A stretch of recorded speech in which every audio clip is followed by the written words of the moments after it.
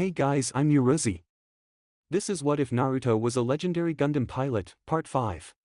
While alive, many believe that time will heal all wounds. In death, you will get the chance to meet all those that you love that have passed away before you did. For one man, neither of these sayings are true. This is his story. Don't forget to like and subscribe to this channel and check the author in the description. Let's start.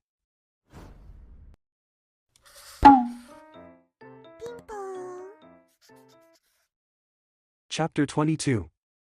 I won't let you harm Stella, yelled Shin before going straight into seed mode and charging right at Epione. Freedom, take care of that machine while I deal with the impulse, said Naruto before drawing his beam saber and parrying the impulse's slash. Right, replied Kira before taking off. Shin noticed the Freedom had started to head toward Stella and was about to stop him, but his momentary lack in concentration allowed Naruto deliver a powerful fist to his Gundam's head. Damn it, growled Shin angrily.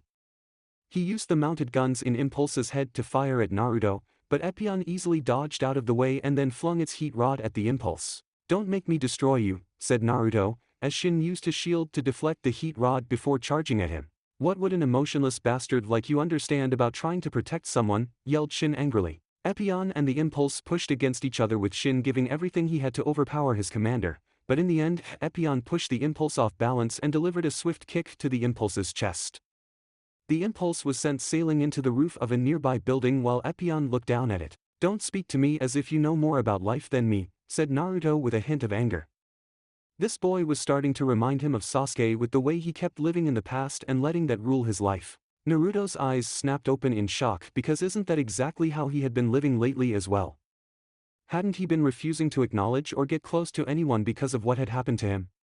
What made it okay for him to brood about his past then get angry at others when they did it as well? The Impulse saw Epione just floating there and took the chance to attack it so he could hurry and protect Stella. Shin smirked as he appeared right above Epione and was about to cut the Gundam in half, but his eyes widened in shock when Epione merely sidestepped the attack before delivering a powerful punch to the Impulse's exposed side. I guess someone like me has no right to judge you when my past still consumes me, but I still can't allow you to protect that machine. I may have fallen far, but I cannot just watch as innocents get hurt, thought Naruto as his eyes hardened and he quickly flicked his wrist. What? Gasped Shin, as he felt Epione's heat rod wrap around him. He tried everything to break free, but it was no use. Epione then appeared behind the Impulse and wrapped its arm around the slightly smaller Gundam. Do you surrender? Asked Naruto calmly. Never, release me now you bastard so I can kill you, yelled Shin angrily. Naruto just sighed before shooting straight up into the air with the Impulse in his arms, then stopped before heading straight towards the ground. Ah! Screamed Shin in horror, as the Epione and the Impulse started to spin at incredible speeds while heading towards the ground. Right when they came within 20 feet of the ground, Epione released the Impulse, but the momentum was so great that Shin couldn't break out of the spin. A large explosion shook the destroyed city and a huge cloud of dust erupted from the ground beneath Epione. Epione landed on the ground softly and waited for the dust to clear before making any move. Lying in a large crater was the Impulse, with its right arm completely destroyed along with both of its legs. Half of the Impulse's head was destroyed as well and it was clear that it was not getting back up. I am sorry about your friend, but there was no other option. The Freedom tried to save her by just disabling her machine, but it looks like she has passed away. At least now, she has finally achieved some type of peace as no one can use her where she is at, said Naruto, as he walked over to the fallen Impulse. Shin was lying unconscious in his cockpit with a major concussion and his left arm broken. The boy wouldn't find out until 2 days later that Stella had died after the Freedom had disabled it, and the resulting explosion caused her to suffer from some internally bleeding.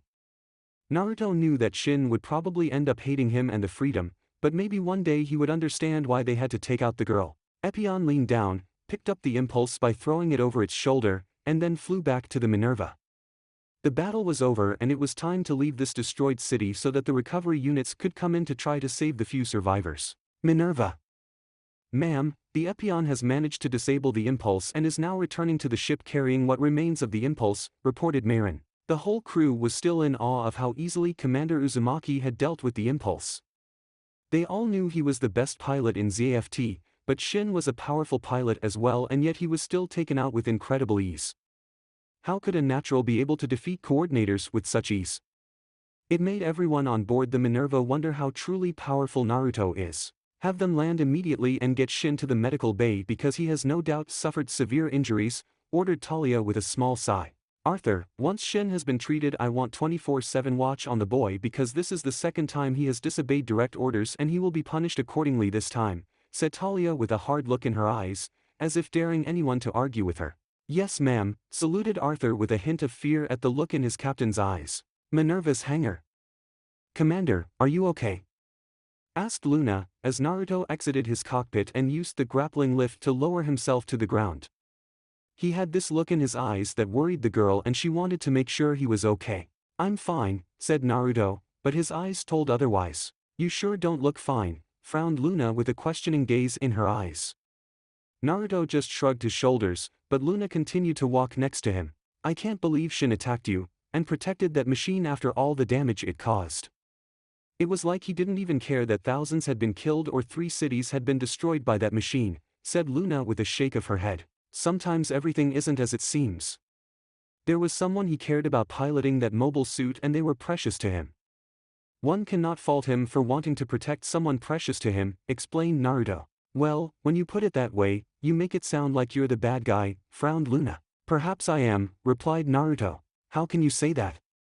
You just saved thousands of people by stopping Shin from protecting that machine so the Freedom could take it out.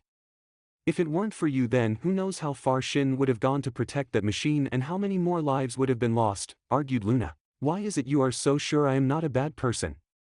Asked Naruto, as he stopped walking and turned to look right into Luna's eyes. Luna blushed lightly before quickly composing herself. Let's see, first you saved millions during the Junior 7 incident, then you saved my life after being shot by one of our own mechanics, which didn't stop you from continuing to take out the Earth forces moments later before they could capture or destroy us. Do I really need to go on with all you have done or can I stop? Smirked Luna playfully. Naruto just shook his head at the girl before saying something that surprised them both. You are troublesome, replied Naruto as he continued to the bridge, with a small smirk on his face, but was covered up quickly before anyone could see it. Hey, did you just say I was troublesome? What the hell does that mean? Yelled Luna, as she glared at Naruto. Archangel. Captain, said Kira, as he placed a hand on the woman's shoulder. Moro looked at him with a small smile, but her eyes were filled with sadness. The man they had picked up from the Gundam that Kira had shot down was actually Mulaflaga, but it seemed he had no memory of who he used to be. Moro had been in love with Mulaflaga before he had supposed died protecting the Archangel, and now when she got him back, he couldn't even remember her. It hurt her so much to know that the man she loved had come from back the dead and yet couldn't even remember her name. It's him, I know it is, but he doesn't even remember me, cried Moro before collapsing in Kira's arms. Captain, whispered Kira, as he held the woman and let her cry on him. Perhaps, it would have been better if they never found out who the man really was because it seemed he was causing more pain by his mere presence. Ray was sitting in his room going over some data on the Freedom and as well as the Epione with a determined look in his eyes. This is what Athrun saw as he approached the boy after checking on Shin, who was still bedridden. Freedom? What exactly are you doing, Ray? Asked Athrun with a surprised look in his eyes. I am going over some data so that we will be ready should we have to face the Freedom in the future, replied Ray calmly. What? The Freedom and Archangel are not our enemies, replied Athrun loudly. Ray calmly stood up and faced Athrun with a hard look in his eyes. They attacked us on 2 separate occasions and severely damaged the Minerva both times. Ruling out the possibility of them attacking us again would be extremely foolish, sir, argued Ray before brushing past Athrun. Athrun was about to argue further, but stopped when a familiar voice appeared from behind him. He is right in a way, said Naruto, as he came out of the shadows much to Athrun's shock. You don't possibly believe that Kira will attack the Minerva, said Athrun. No, he will not attack, I agree with you on that, but that isn't to say we won't attack them, replied Naruto. Athrun's eyes widened in horror, but Naruto didn't seem to notice as he continued to talk. Whether you want to admit it or not, eventually, ZFT will declare the Archangel as an enemy because of their actions in the past and we will be called to bring them down, finished Naruto. Why? What actions have they made that make them such a threat to us? Asked Athrun. He seemed to forgot it was the Freedom that had destroyed his Gundam had damaged the Minerva several times. Weird, because Ray had just reminded him of that fact just a few moments ago. ORB is still a part of the Earth Alliance and as such an enemy of ZFT. Every time ORB forces have engaged us in battle, the Freedom and Archangel have shown up to attack both sides in order to prevent the death of ORB personnel. It would be highly foolish of ZFT to attack ORB when the Archangel and Freedom can show up at any time and turn the tides against them, explained Naruto, as he watched a look of understanding pass through Athrun's eyes. The smartest move ZFT can make is to get rid of the Freedom and Archangel first, then launch their attack on ORB, finished Naruto. Athrun just clenched his fists in anger because there was no denying his commander's logic. If given the order, I will launch and engage the Freedom in battle, said Naruto, as he brushed past Athrun, but stopped in the doorway when the boy asked him a sudden question. Why do you want to fight Kira so badly? I don't understand, asked Athrun. To obtain peace, replied Naruto before he continued to walk out of the room. Plants. Naruto-san, you are beginning to disrupt my plans with your behavior. It seems I might have made a large mistake placing you and Shin on the same ship, sighed Durandal, as he received a report from Ray that Epione had almost destroyed the impulse and almost killed Shin. If Shin had died, then the chairman would have lost a very valuable pawn in his plans, but luckily, the boy had survived the encounter. Durandal was upset to hear of how easily the impulse was beat by Naruto because he had hoped to use Shin and Ray to destroy Epione and Naruto in the future. Perhaps Ray could have Shin studied the fighting patterns of Epione as well as the Freedoms, so next time Shin will be better prepared to deal with either Gundam. Anyway, it was time to use these most recent events to his advantage by finally revealing to the world who is truly behind this war. Today he would reveal everything about Logos, including those who were at the top and controlled everything. Once he did that, he would have the full support of the Naturals, which would lead him to the final stages of his plan. Yes, everything is falling together nicely, smirked Durandal, as he moved a piece on the chessboard in front of him. Minerva Medical Bay.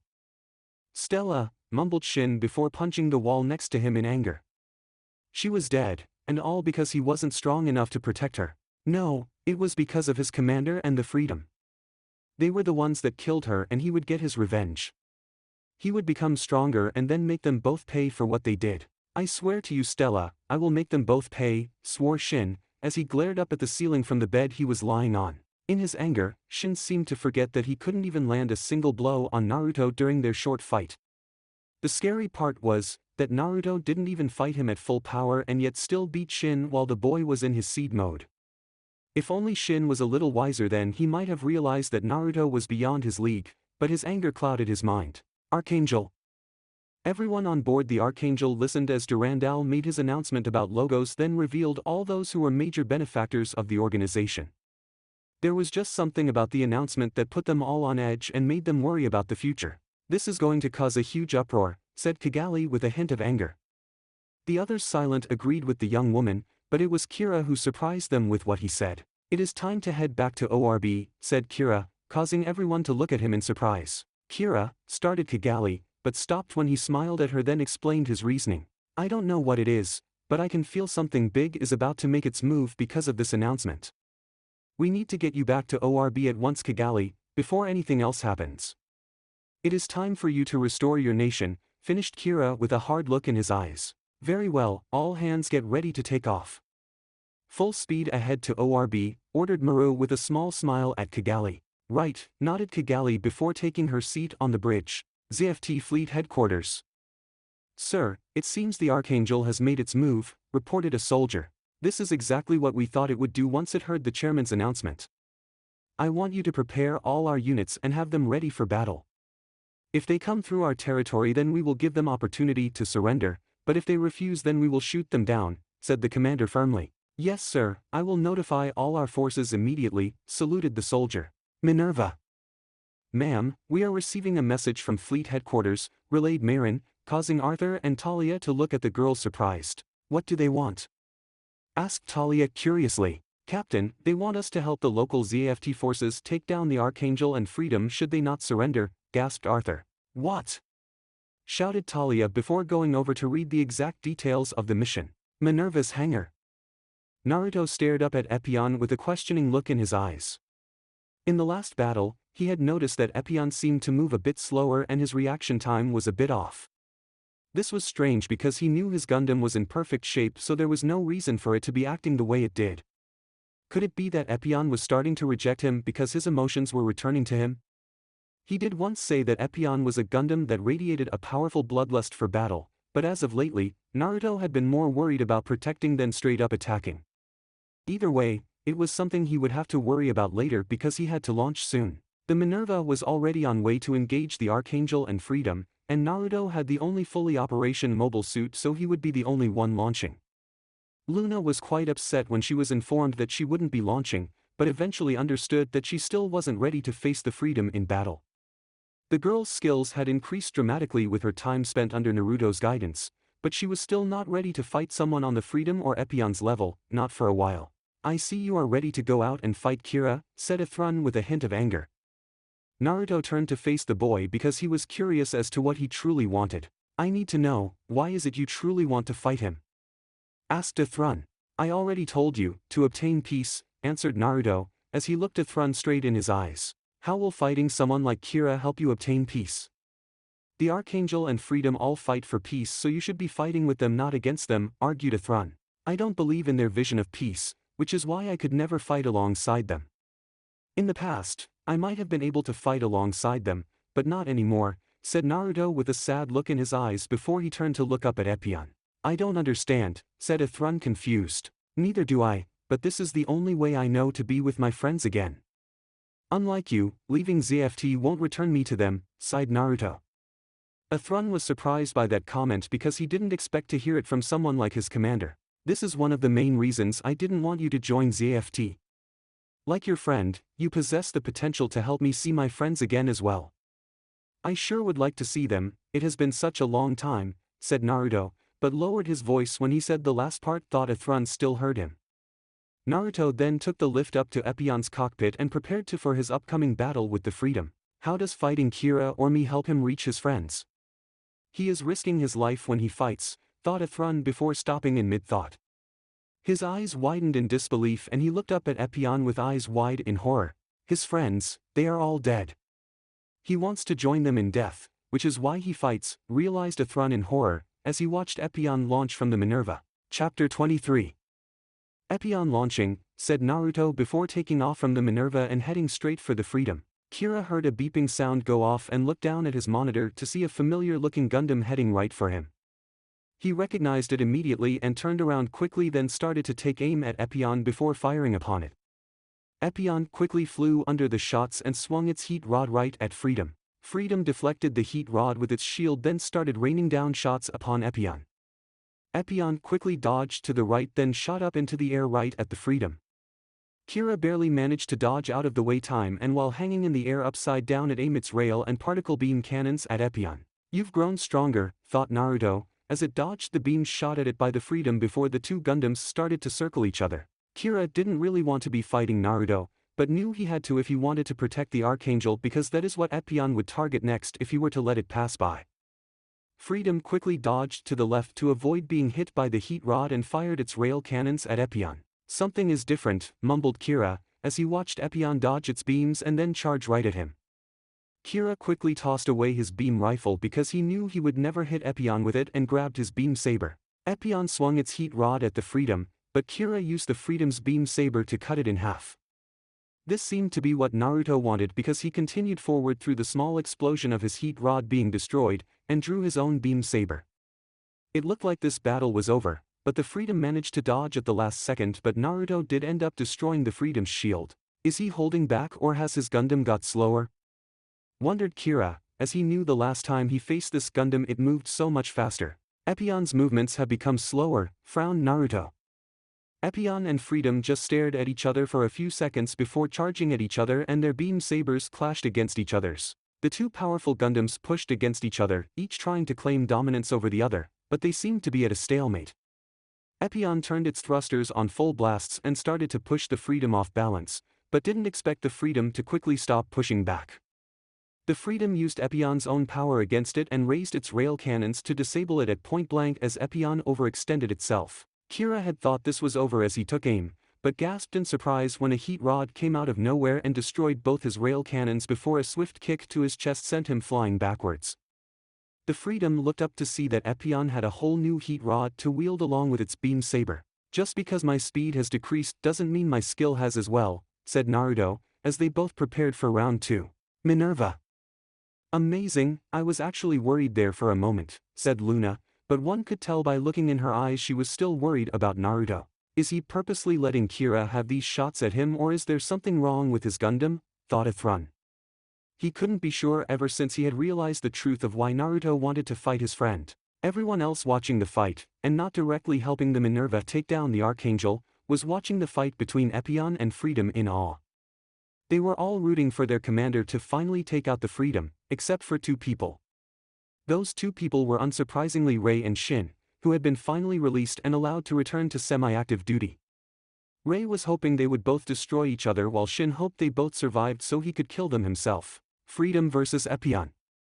Two blurs moved across the sky, one red and the other white, before colliding against each other, as each battled for dominance over the other. The Freedom had effectively lost all of its long-range weapons and was forced to engage in close-range combat with Epione. Epione had suffered some damage from the particle beams before it managed to destroy them, but otherwise, it was perfectly fine. I can't beat him at this rate, thought Kira, as he performed a backflip right above Epione's heat rod. There was a quick opening and the Freedom shot forward ready to take off Epione's right arm. Epione managed to dodge it at the last second, but not quick enough, as the Freedom had managed to destroy the pack on its arm that held its heat rod. We are both down to one weapon, said Naruto before charging forward. Freedom quickly raised its saber to parry the blow, but was unprepared when Epione's foot collided with its right kneecap. The blow was so powerful that it managed to completely break off Freedom's right leg at the kneecap, and the small explosion blew them both backwards. Ah! Grunted Kira, as he regained his balance, and checked how bad the damage was. It wasn't too bad, but his speed had decreased by 9%, which meant he had to be extra careful. Freedom surprised Epione by wasting no time in charging right back at it, and Naruto grunted, as he was not prepared for the Freedom to recover so quickly. The guns mounted on Freedom's head pointed down at Epione and opened fire. Naruto gritted his teeth in pain before using Kira's own trick against him. Epione leaned back and let the Freedom overpower it, causing the Freedom to overextend itself as the Epione had did earlier. Kira barely reacted in time and raised Freedom's arm to block the incoming punch to his Gundam's head. The claw on Epione's hand punctured right through the Freedom's armor, and Naruto with incredible force ripped off Freedom's left arm. Naruto was unprepared though when Kira managed to quickly stab Epione in the side with Freedom's saber. Epione quickly grabbed Freedom Beam's saber arm and spun the Gundam around before launching it at the ocean and effectively removing the saber from its body in the process. Naruto gritted his teeth in pain as his cockpit started to go on the fritz, but knew he had to finish this fight now and charged right down at the Freedom. Epione's beam saber was poised to strike as it charged right down at the Freedom. Kira's eyes widened in horror and slowly raised his arm to parry the blow, and succeeded too, but before he could enjoy his short victory. The same hand that had tore off his left arm and plunged its claws right into Freedom's chest. Freedom's beam saber died down and Epione's momentum took the Freedom and slammed it right down into the ocean, where it created a large splash. Epione quickly removed its hand before shooting up in the air to avoid being caught in the destruction of the Freedom. A small explosion underwater let Naruto know that the Freedom had been destroyed. He powered down his beam saber and landed on dry land. Epione lowered its head to see that the Freedom saber had managed to deliver a blow to its upper left chest before it had gone down. "This is Commander Uzumaki, the Freedom has been destroyed," reported Naruto before closing the link, as he didn't want to listen to the reply. "Next time we meet, don't hold back, and go for the killing blow the next time it presents itself," said Naruto, as he looked at the damage to his chest and the hole on the right side of his lower chest. Minerva. Naruto exited his cockpit to see a bunch of people waiting for him and knew they were probably here to congratulate him on his defeat of the Freedom. He sensed someone glaring at him and looked to the far left to see Athrun glaring at him in anger with his hand clenched into fists at his sides. Luna was on the other side of him, but unlike Athrun, she just smiled at him and waved. "Such a weird girl," mumbled Naruto before landing on the ground. The crowd of people quickly started to praise him, but one quick glare sent them stepping back with sheepish grins on their face. They continued to congratulate him, but from a distance as Naruto made his way over to Athrun and Luna. "Congratulations, Commander, it sure did take you long enough," teased Luna before saluting him. "Thank you," said Naruto, but his eyes were focused upon Athrun. "You," started Athrun, but stopped when Naruto walked up to him and placed a comforting hand on his shoulder before leaning down to whisper something in his ear. "Your friend lives," whispered Naruto before brushing past the boy, and Luna quickly followed Naruto out of the hangar. Athrun just stood there shocked, but soon he relaxed and a relieved look entered his eyes. So, want to tell me what you said to Athrun? Asked Luna hopefully. His friend spared me, so I spared him in return, which is what I told Athrun, answered Naruto cryptically. Ha! Replied Luna confused. Naruto didn't bother to elaborate and just kept walking, which caused Luna to just sigh at his behavior, but then she started up a different conversation. She was used to his behavior by now and didn't let it get her down anymore. Archangel. Ugh, groaned Kira, as he slowly woke up. His head was killing him and his muscles were extremely sore for some reason. Kira, said a familiar voice, which the boy recognized as it belonged to Kigali.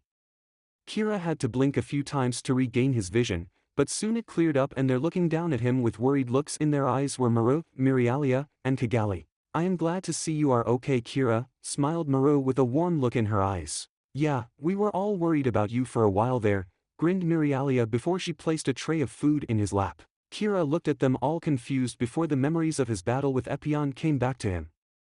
It gave him a slight headache, but it soon cleared away and he asked the question that he was scared to have answered. Is everyone aboard the Archangel okay?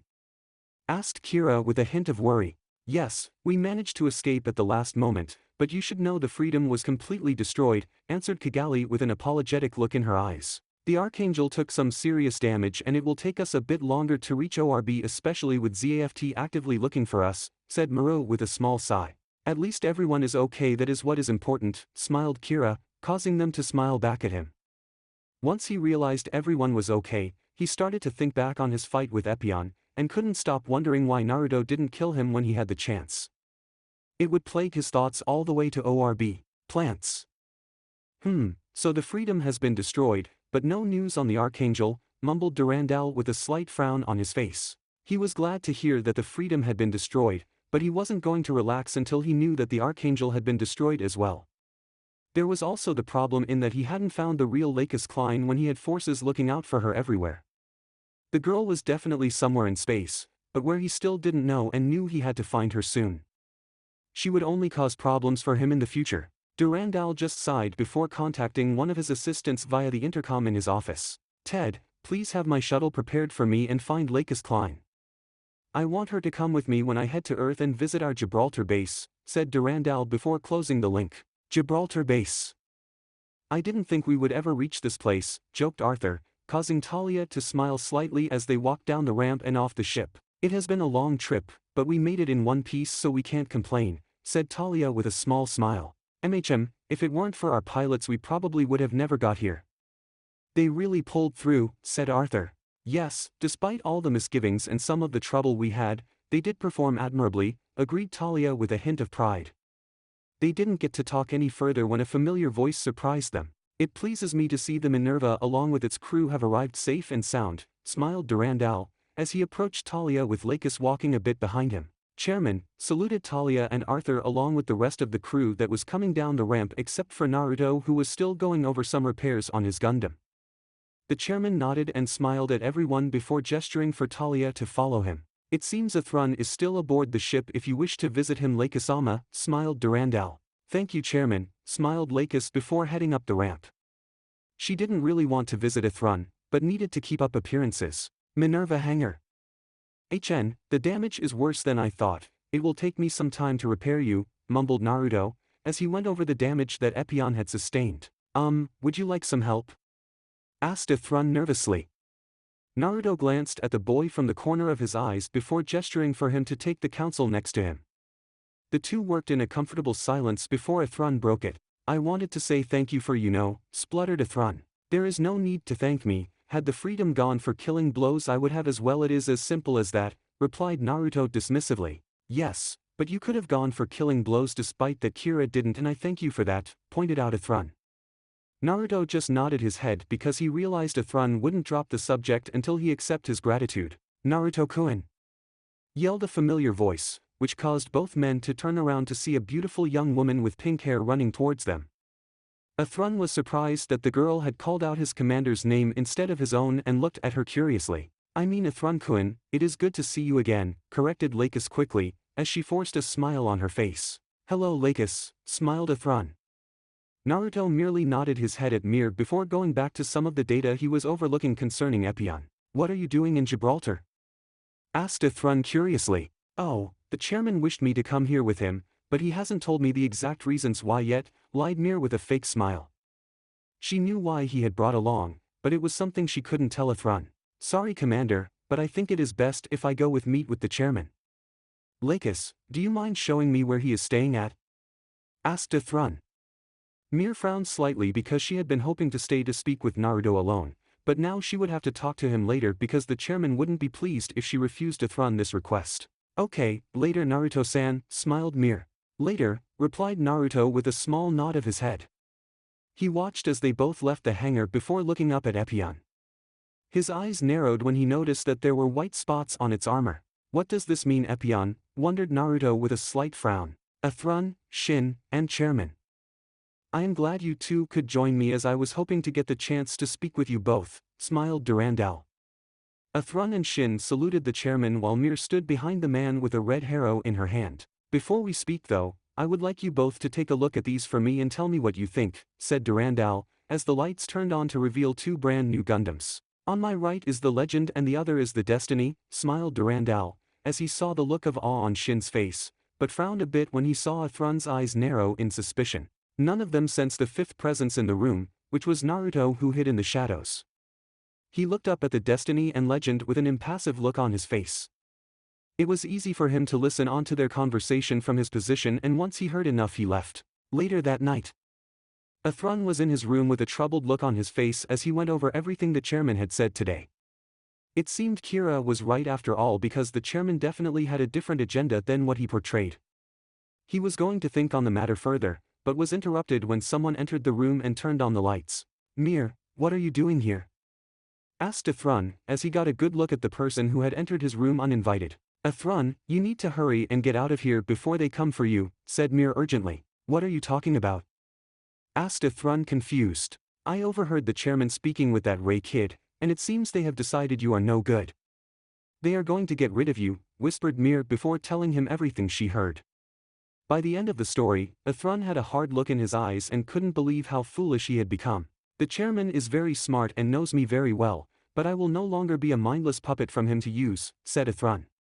Meer was about to tell he had to hurry, but then there was banging on the door and they were demanding Athrun come out. Come on, we have to leave, whispered Athrun, before grabbing Meer, and they both escaped out the window. Meer pulled her hand out of his and this caused Athrun to look at her in shock. Meer, started Athrun. No, I can't leave, interrupted Meer fiercely. Don't be a fool, Meer, you may be convenient for the chairman now, but he will get rid of you once he no longer needs you, said Athrun honestly. I know, whispered Meer. Athrun looked at her in shock because if she knew then why did she still wish to stay? At first, I just really wanted to be Lacus, but then I met Naruto-kun. He became my friend even when no one else would and accepted me for who I was. I know he probably doesn't feel the same way, but he is the reason why I can't go with you. You probably can't understand, but if I leave with you I might never get to see him again, started Meer before her eyes hardened. I left him once without so much as a goodbye, and I will not abandon him again. He is my friend and I won't abandon my only friend even if it means putting my life on the line, finished Meer leaving no room for argument. Athrun was about to say something, but stopped when the sound of soldiers coming out of the window caused them both to look up. He has Lacus-sama, take him out, yelled the leader, but before any of the soldiers could fire a kunai pierced each of their gun. They all looked up confused before their eyes widened in shock as Naruto landed in front of them. Athrun and Meer watched in awe as Naruto took out all three soldiers in seconds before turning to face them. Go with him, Meer, I will deal with any soldiers that come after you, said Naruto with a hard look in his eyes. Naruto-kun, gasped Meer. Commander, started Athrun, but Naruto silenced them both with a heavy glare. Consider this the last order I give you, because I am ordering you to take Meer and go back to your friends. Neither of you belong here, so I want you both to leave immediately, ordered Naruto before the sound of more soldiers was heard.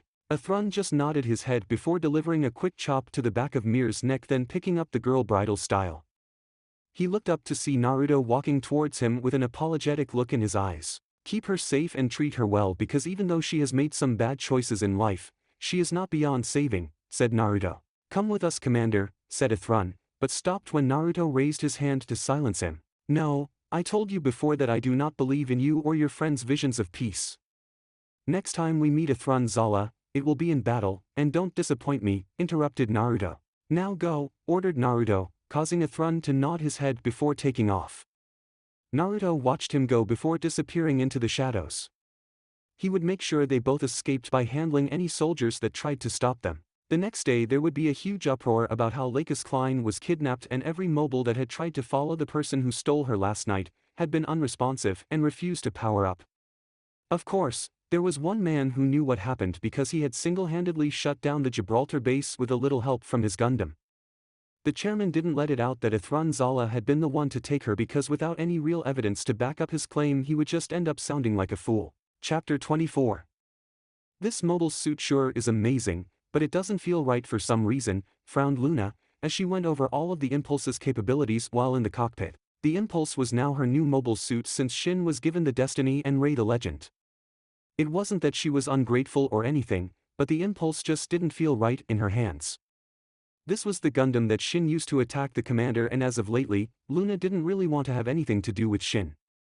He may have been a friend in the past, but all he kept doing now was glaring at Naruto or had that smug look on his face because he was one of the chairman's favorites. Shin was just starting to really piss her off lately, and now that Athrun was gone, declared a traitor, there was no one to keep him in check. Well, that wasn't completely true. Commander Uzumaki could keep him and anyone else in check if he felt like it, but he didn't waste his time on people like Shin. I have added the zero system like you requested, said Naruto, as he interrupted Luna's thoughts. Oh sorry, had a lot on my mind, flushed Luna before flashing Naruto a beautiful smile. Naruto just nodded his head and was about to leave when Luna stopped him with her next question. Sir, I don't mean to step out of line, but is it true about Athrun being a part of Logos the whole time he was with ZFT? Asked Luna curiously. You're not an idiot, so don't act like one, replied Naruto, causing Luna to blink in surprise before following Naruto down to the ground. Hey, you don't have to be so mean. All I did was ask you a question, complained Luna with a hint of anger. Do you truly believe that he is a part of Logos? Asked Naruto calmly. Luna frowned at that before answering truthfully. No, but why would they say he is? I just don't understand much of what has been going on, sighed Luna with a troubled look in her eyes. Naruto stopped walking and turned to face the girl with his beautiful piercing sky blue eyes. Luna just gulped nervously, but couldn't break eye contact with him for some reason. There are many things that you do not know, and if you continue to ask questions you will be putting yourself in danger. It is probably best if you didn't know the truth until you are stronger, said Naruto before turning away and heading out of the hangar. Commander? Gasped Luna, as she watched him leave. Epione no longer lends me his strength, I can't protect you or anyone else anymore, thought Naruto with a grim expression on his face. Chairman. Damn that boy, by taking Meer he has ruined my plans for after we destroy Heaven's base, cursed Durandal angrily. Athrun not only took Meer, but they had failed to even follow after him because Ray and Shin were found knocked out and with several broken bones in front of the Legend and Destiny. It wasn't until Durandal heard that he knew there had to be a third party which helped Athrun escape, but he couldn't figure out who. Could there have been a spy from the Archangel and the Earth Alliance forces that had arrived at Gibraltar this whole time? Whomever it is, Durandal planned on finding out who exactly they were, and then dealing with them accordingly. Of course, it would have to wait until after the operation to finally destroy Heaven's base where almost all of Logos was located. Once he finally dealt with Logos, he could make his move on ORB and focus some of his forces on finding the spy. Archangel. Mirialia was sitting at her station with a drink in her hand and looking at some old photographs she had taken. The last thing she expected was to get a message using an old frequency. She looked down at her console and her eyes widened in disbelief as she realized whom it was from. Kira, Kigali, I just got a message from Athrun. He is requesting we patch him through, yelled Mirialia. Athrun, gasped Kigali before racing over to see the message herself. Kira, what do you want to do? Asked Maru curiously. Kira looked thoughtful before nodding his head at the captain, then turning to face the monitor. Put him through please, replied Kira. Maru just gestured for Mirialia to do as Kira said, and a second later Athrun appeared on the screen. They were surprised by how disheveled he looked as his eyes seemed to be bloodshot as if he hadn't got any sleep in days. He wasn't wearing his pilot uniform either, which also got their attention because to forget one's uniform meant they were in some type of hurry. Kira, I know we haven't been on very good terms as of lately, but I need your help. You were right about the chairman, said Athrun with an apologetic look in his eyes. Athrun, what happened? Asked Kira worried. I have been declared a traitor and spy for Logos because I didn't wish to become a mindless puppet for the chairman to use. I managed to escape with some help and I also have someone with me that you might like to meet. I understand if you are reluctant to trust me, but please, just allow me to meet with you one more time, pleaded Athrun.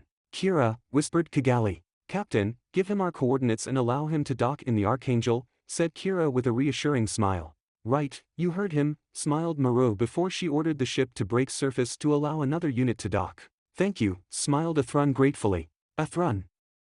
Athrun just received the coordinates and started to head in that direction. A slight moaning sound made him turn his head and see Meer waking up from her slumber, which he had put her in. What happened? Where am I?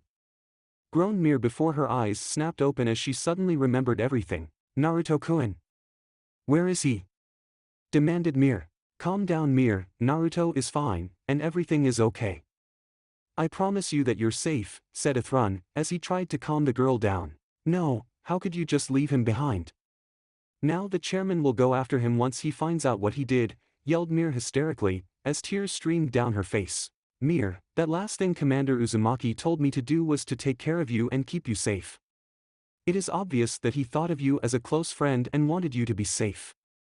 I will keep you safe no matter what, said Athrun with a hard look in his eyes. Naruto-kun, he really wanted me to be safe? Whispered Meer in surprise. Yes, I wouldn't lie to you, not about something that serious, smiled Athrun. But, what about him? Cried Meer with a worried look in her eyes. Meer, I don't think we need to worry about the commander. If there is one thing I know for a fact, it is that he is somebody who doesn't need anyone's help when it comes to surviving, replied Athrun seriously. Trust me, he will be just fine, and I am sure we will both see him again in the future, reassured Athrun, which caused Meer to calm down. Okay, nodded Meer, as she could tell by looking into Athrun's eyes that he had meant every word he had said. We are going to join the Archangel and its crew. I want you to stay by me at all times, because they might need a while to get used to your appearance, said Athrun. The Archangel, but isn't that the ship that attacked you and Naruto-kun? Asked Meer confused. Yes, but they aren't what you think. Just give them a chance. Naruto trusted me to take you to them as he knew I would be going to them, so just trust me when I say they aren't bad people, said Athrun with a small smile. Meer just nodded her head, but inside she was a nervous wreck and she couldn't stop worrying about Naruto. Gibraltar base. I am sorry Epione, it seems like I couldn't keep my emotions locked away after all, thought Naruto, as he stared up at the powerful Gundam. The Gundam had finally been fully repaired, but it didn't matter, because Naruto doubted he would ever be able to use it again. Epione is a Gundam that strived off conflict and fighting, while eliminating all other aspects of one's life. Naruto had received this Gundam after waking up in the middle of nowhere, Canada, and the last thing he remembered was that vision of Natal Badgerul being killed by Lord Azrael. Everything else was just a big blur with a blinding white light. After that incident, Naruto realized he had made the mistake of getting close to someone again and threw out his emotions once and for all. This made him the perfect pilot for Epione and no one could match him when he unleashed its full power. He had become the ultimate warrior and not even the Freedom stood a chance against him, but not anymore. In his last battle against the Freedom, he had barely won that fight, and technically, both he and the Freedom pilot should be dead if they had gone for killing blows. Ever since then, Epione had ignored Naruto completely, and when Naruto tried to use it in a simulation, he found his timing and everything off. Naruto had finally accepted the fact that he could no longer use Epione. How ironic, I spend almost a millennium trying to erase all my emotions, and when I finally do it, I start to want them back, thought Naruto with a shake of his head. Commander, said a familiar voice shyly. Naruto turned his head and spotted Luna walking towards him nervously. He nodded his head at the girl before returning to look at Epione. The operation to take out Heaven's base is about to start soon. How come you are still here? Asked Luna curiously. I will not be going with you, answered Naruto. What, but you are the best pilot in ZFT. Why would you be told to stay behind? Said Luna shocked. I requested to stay behind, corrected Naruto. What? Gasped Luna even more surprised than before. I would only get in the way and possibly jeopardize many ZFT lives if I were to go out there in my current state, explained Naruto. Commander, you aren't making any sense, said Luna confused. Why did he always have to speak in riddles? Didn't he know that she wanted to help him and it would be so much easier if he gave her straight answers? If you want to master the Zero system, there is one thing you must always remember, said Naruto suddenly, as he turned to face Luna completely. What is that? Asked Luna curiously. Damn him for changing the subject like that and damn her for letting him. You must always remember who you are. The Zero will attempt to make you into the perfect soldier by erasing your personality and replacing it with one that will be better suited for battle, started Naruto, as Luna paid rapt attention. Do not let yourself become something you aren't. Remember who you are and don't let anyone or thing take that from you. Do you understand? Said Naruto seriously. Yes sir, nodded Luna. Good, now go, you are needed for the operation at Heaven's base, said Naruto before turning to face Epione. Luna wanted to say something, but for some reason the words just wouldn't come out. She eventually gave up and started to walk away, but not before glancing at Naruto one last time. I know I have no right to ask this of you, but I need your strength for one last battle. If you lend me it one more time, I promise in our next battle you will obtain the fight you so desire, and I will obtain the peace I seek, swore Naruto with a hard look in his eyes. All remained quiet for a few moments, before Epione's eyes glowed a bright green, and Naruto nodded his head at the powerful Gundam. I hope you and your friend are prepared to Athrun Zala, because I expect you both to return the favors I granted you both by fighting me with everything you have next time we meet, thought Naruto before climbing into Epione's cockpit and going over some data. Chapter 25. Hey, how are you doing? Asked Athrun, as he sat down next to Meer. They had been staying on the Archangel for the past 2 days and much had occurred. Chairman Durandal and the ZAFT forces succeeded in destroying Heaven's base and capturing all members of Logos, except for Lord Gibril. The war should have been over, but the chairman wouldn't end it until all members of Logos had been captured. Now there was word that ZAFT would be attacking ORB soon because reports of Lord Gibril being housed within ORB borders had gotten out. I am fine, but I don't think anyone really likes having me here. It might be better if I leave, sighed Meer. That isn't true. It's just they don't understand why you took the position of Lacus, and well you haven't really let anyone get close to you, explained Athrun, as he put a reassuring hand on her shoulder. If they find out the real reason I became Lacus they would just hate me. Even I have started to hate me for being so shallow, whispered Meer, as she stared at her reflection in the glass of water that she was holding. We all make mistakes, but they don't define us. Anyone can be saved if they want to be, which is what Commander Uzumaki told me when he told me to watch over you. I didn't really get much time to think on his words at the time, but I believe he is right, said Athrun, causing Meer to give him her full attention. It's not our mistakes that define us, but how we learn from them that determines who we are. I am still not sure of my purpose and I don't know if I ever will be, but I will learn from my mistakes, finished Athrun with a small smile at Meer. I think I understand, and thank you Athrun-kun, smiled Meer warmly before leaning her head on his shoulder. Athrun was surprised by the action, but soon relaxed and allowed the troubled girl to rest on him. Eternal. Damn, looks like they found us, cursed Andrew. They must have followed his lieutenant when he was making his way back to them with the destiny plans. We need to launch, said Lacus firmly. Andrew and the crew looked at her surprised because if they launched then they would surely be found. I know it may seem foolish, but we can't let the factory get caught after all they have done for us. We must protect them and make our descent towards Earth so we can launch the pods along with these documents, explained Lacus with a hard look in her eyes. Right, well then you heard her, all hands prepare launch and get ready for battle, ordered Andrew with a small smirk. Thank you my friends, smiled Lacus, as the Eternal finally made itself known. Archangel. Captain, did something happen? Asked Kira, as he and Kigali entered the bridge. Yes, it seems the Eternal has been discovered and is currently on the run from ZAFT forces, said Moreau with an apologetic look on her face. Kira and Kigali both looked stunned at this revelation because Lacus was in danger and there was nothing they could do. They don't know if they will be able to escape their pursuers, but they plan to descend towards Earth and release several pods for us to have, finished Moreau. Pods? Asked Kira confused. Moreau just nodded her head while Kira looked down at the ground with his fist clenched in anger. He wanted to go to her, but she had wanted him to stay with the Archangel, and with ZAFT planning to attack ORB soon he couldn't just leave. Kira was so confused because he didn't know what to do, but soon a familiar voice gave him the answer.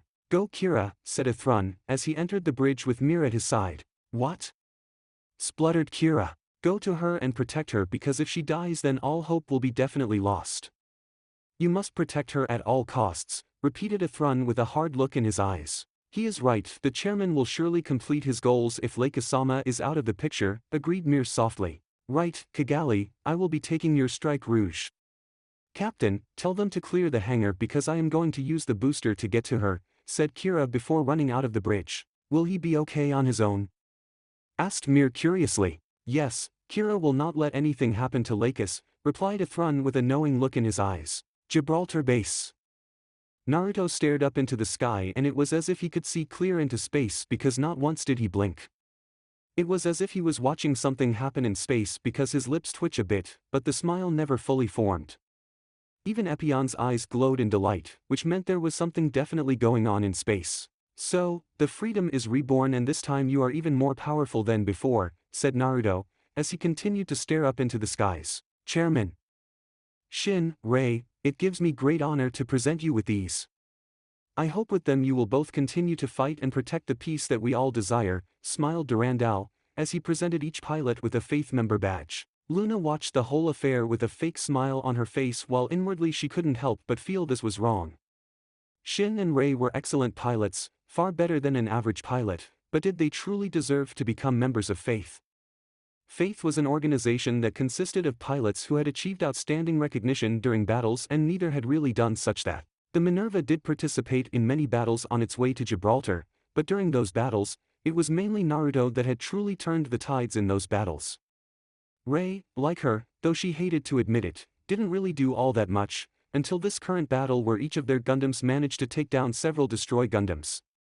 Shin's only real accomplishment was taking out several ORB ships, but that wasn't that impressive due to the fact that the Freedom had shown up and disabled practically every mobile suit on both sides. Not to mention that Shin did disobey orders several times and even attacked a superior officer, and if anything, Shin should be in a military holding cell for treason. Could this possibly be a reason why Athrun ran away? Is this what Commander Uzumaki was warning me when he told me not to start asking too many questions concerning what is going on? Thought Luna, as she frowned inwardly. Something was definitely not right about all this and Luna was going to try her damn best to figure out what was truly going on. Chapter 26. Commander, yelled Luna, as she ran towards Naruto, who was as usual working on Epione all by himself. Yes? Asked Naruto curiously, as he typed in a few new data sequences. Is it true what they say about ZFT forces launching from Carpinteria towards ORB? Asked Luna, as she took a second to catch her breath. Yes, it has been found that Lord Jibril is being housed by the Saran family, but the current leader of ORB is refusing to hand him over. ZFT will strike at ORB within a few hours if they continue to house the leader of Logos, answered Naruto calmly, before getting up and moving over to a separate station. Why would ORB do such a thing? Wondered Luna, not believing that they would provide sanctuary to such a horrible person. ORB has always been ruled by weak and selfish leaders, replied Naruto with a hint of anger. I guess, but do you think they will succeed in destroying ORB? Asked Luna with a small sigh. That depends, shrugged Naruto before nodding his head in satisfaction at Epione's performance in the simulation he just performed. Depends on what? Frowned Luna. On how hard you will fight to beat them, since the Minerva will be launching in 30 minutes to help the Carpinteria forces, said Naruto to the surprise of Luna. How did you know that Minerva would be heading to ORB? Spluttered Luna before mentally smacking herself in the head, as she remembered whom she was speaking with and how stupid that question was now. Naruto didn't bother to answer that question because he realized Luna already knew how he knew about the Minerva heading towards ORB. I have been doing a lot of thinking lately, and I can't help but feel I am fighting on the wrong side. I mean, at first I was fighting because I wanted to help do what was right, but it doesn't seem like that ZFT cares about that anymore. The chairman seems to have a whole different agenda and it worries me, said Luna. Naruto stopped what he was doing and looked at Luna with a slight frown before saying something that caught Luna's attention. It has been my experience that people fight for three main reasons, started Naruto, as Luna paid close attention. The first reason someone fights is because of sense of loyalty to one's nation and home. To people who fight using this reason, it doesn't matter what monstrosity their nation may cause or what order they may be given, they still follow through with it because that is their home that contains the people they care about. Then again, a person may just have a strong sense of loyalty to whatever side they are on because they don't believe in abandoning those who have come to rely on them, said Naruto. The second reason is a personal agenda, whether it is revenge or the desire to protect something or someone. There are a variety of personal feelings that cause one to fight for their beliefs, such as the Archangel, which fights for peace or to protect ORB, paused Naruto before moving on to the last reason. The last reason is because they have no other option. It is not unusual for some people to be forced to fight even if they don't want to. Many people get dragged into wars and soon find they are unable to get out of it for some reason or another, finished Naruto before addressing Luna directly. The question is, what reason do you have for fighting? Do you fight merely because you are a soldier of ZAFT and will follow orders like a good soldier of your nation? Maybe you have some personal belief that makes you fight and being a member of ZAFT helps you achieve whatever your belief happens to be. Or could it be someone is forcing you to fight even when you don't want to be? This is something that only you know the answer to, said Naruto seriously, before looking back at some of the data Epione just sent him. Now go, the Minerva will be leaving soon, ordered Naruto. Luna just nodded her head and slowly left the hangar. Many thoughts crossed her mind as she thought over what her commander has just told her. She would have much to think about during the battle against ORB. Minerva. ZFT had started their attack on the ORB nation and as predicted, they were pushing the ORB forces back. Despite ORB's incredible military power, they had a hard time standing up against ZFT, because their hearts just weren't in it. If something didn't occur soon, then the nation of ORB would be destroyed. I think it would be best if I launch, said Ray, as he prepared to leave, but was stopped by Shin. No, if anyone is going to destroy ORB then it is going to be me, said Shin angrily, as he stood up and brushed right past Ray. Luna watched them both curiously, before her thoughts turned inward. She was still thinking about Naruto's words and they were troubling her greatly. Why do I fight? Wondered Luna. This is a question that would continue to plague her during the whole battle. Battle of ORB. Naruto watched the Battle of ORB with an impassive look on his face. If there was one thing he could say about this nation, was it reminded him slightly of Konoha, because just when it seemed all hope was lost, they all started to fight even harder once their true leader had arrived. The flames in their hearts had been reignited and now ZFT was the one being pushed back. He was even more impressed by the sight of the new Gundam that Kigali was piloting. The ORB-1 Akatsuki, that particular name brought up bad memories, but it was a fitting name for the Gundam as it had brought hope back to the ORB forces and a red dawn to the approaching ZFT forces. Its abilities weren't all that impressive, but sometimes a little hope is far better than having a weapon of mass destruction. Perhaps ORB possesses the will of fire after all, thought Naruto, as he watched them continue to push back the ZFT forces. He sensed a familiar presence, glanced over to where the Minerva was located, and watched as the Destiny launched. Now, the true test for ORB's survival would begin and it was time to see how they would deal with this new foe. Despite the fact that Naruto didn't think Shin deserved to wield such a weapon, there was no denying that the boy was a formidable opponent while in that Gundam. So you have come as well, thought Naruto, as his senses went off again, and he looked up to the sky where he could clearly see the freedom and justice entering the atmosphere. He could hear Epione's mental call to him and knew it wanted to join the battle, but Naruto calmed it down by reassuring that it would get its chance. There would still be one last battle after this one. Naruto hoped the pilot of the Freedom and Athrun were ready. Looks like ORB will survive after all. I will see you soon, freedom and justice, thought Naruto before disappearing in a swirl of leaves. Chapter 27. It is nice to finally meet you, Mir-san, smiled Lacus, as she approached the girl with a friendly smile. Lacus-sama, gasped Mir in awe of meeting the woman in person. What surprised her even more was the fact that Lacus held no ill will or anything in her eyes, as she held out her hand to her. I know you are probably wondering why I am not upset or anything, but the truth is, it is not my place to judge you. We all have our own reasons for doing things, smiled Lacus, as she answered Mir's unasked question. I'm sorry, apologized Mir with tears brimming her eyes before bowing respectfully to Lacus. Please, there is no need to apologize, we are all friends here, smiled Lacus before offering the girl her hand once more. Mir quickly wiped her eyes and slowly took Lacus's hand in her own. Thank you, smiled Mir.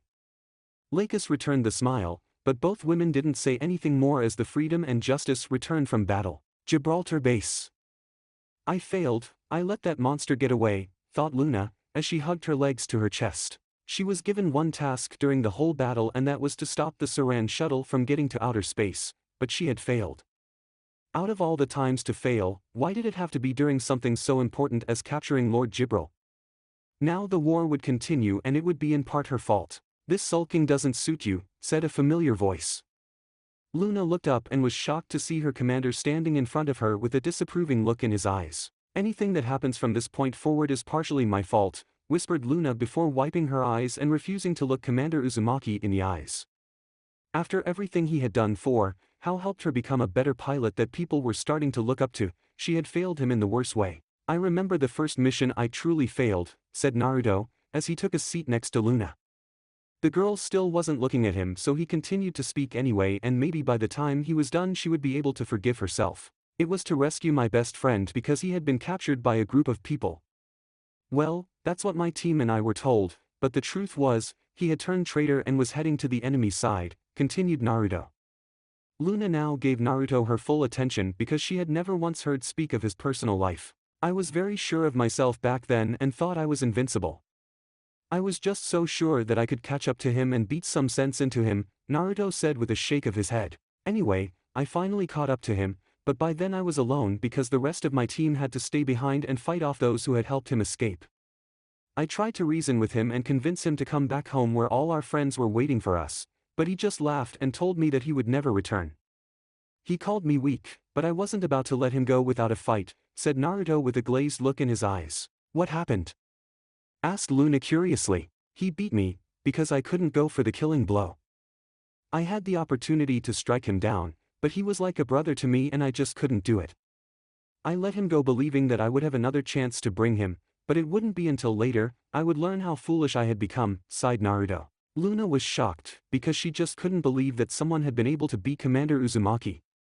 If there was one person she thought to be a beacon of power, then it was Commander Uzumaki, because no one had managed to be able to beat him. A few years later, I received word about him, but to my shock I had also heard of the many deeds he had committed while away.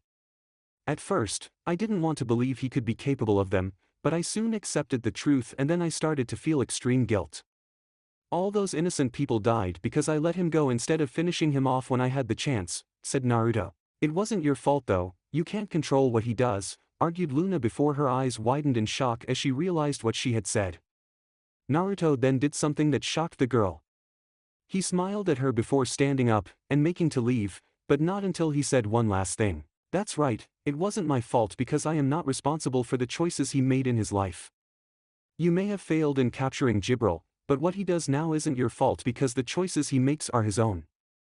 What matters is you tried your best and that is all, smiled Naruto before leaving Luna to think about what he said. Chairman. Damn that nation, cursed Durandal angrily. He had almost succeeded in destroying the only nation that had a chance of disrupting his plans. That wasn't the only problem though, no, another problem was that boy, Kira Yamato, and that damn Lacus Klein. They needed to be dealt with swiftly or he had no doubt his plans would fail. The only problem was that Rei and Shin had both failed to take out the freedom, especially when the justice showed up to lend the freedom its strength. It seems I have one last mission for you after all, Naruto-san. Show me your true power and destroy the Archangel along with all of its crew, thought Durandal with a grin before contacting the man. Gibraltar base. It is time, are you ready for our last battle, my friend? Asked Naruto, as he looked up at Epione. He had just received a personal mission from the chairman to eliminate the Archangel along with all of its crew. Naruto knew the man was using him, but that didn't bother him because he had been waiting for this for quite some time now. This would definitely be his last fight and then he would see his friends again. He would have to do something underhanded to force the freedom and justice fight him at full strength, but that was okay. It would prepare them for dealing with the chairman after their fight, because the man would no doubt try his own underhanded way of destroying them. Epione responded by kneeling down and holding out its hand for Naruto to climb in, but just as he was about to step onto it he stopped. A familiar purple-haired girl popped into his head and he paused in mid-step. It seems I have to see someone before I go, but do not worry. I will be back in a few minutes, said Naruto before going to where he knew the girl was located.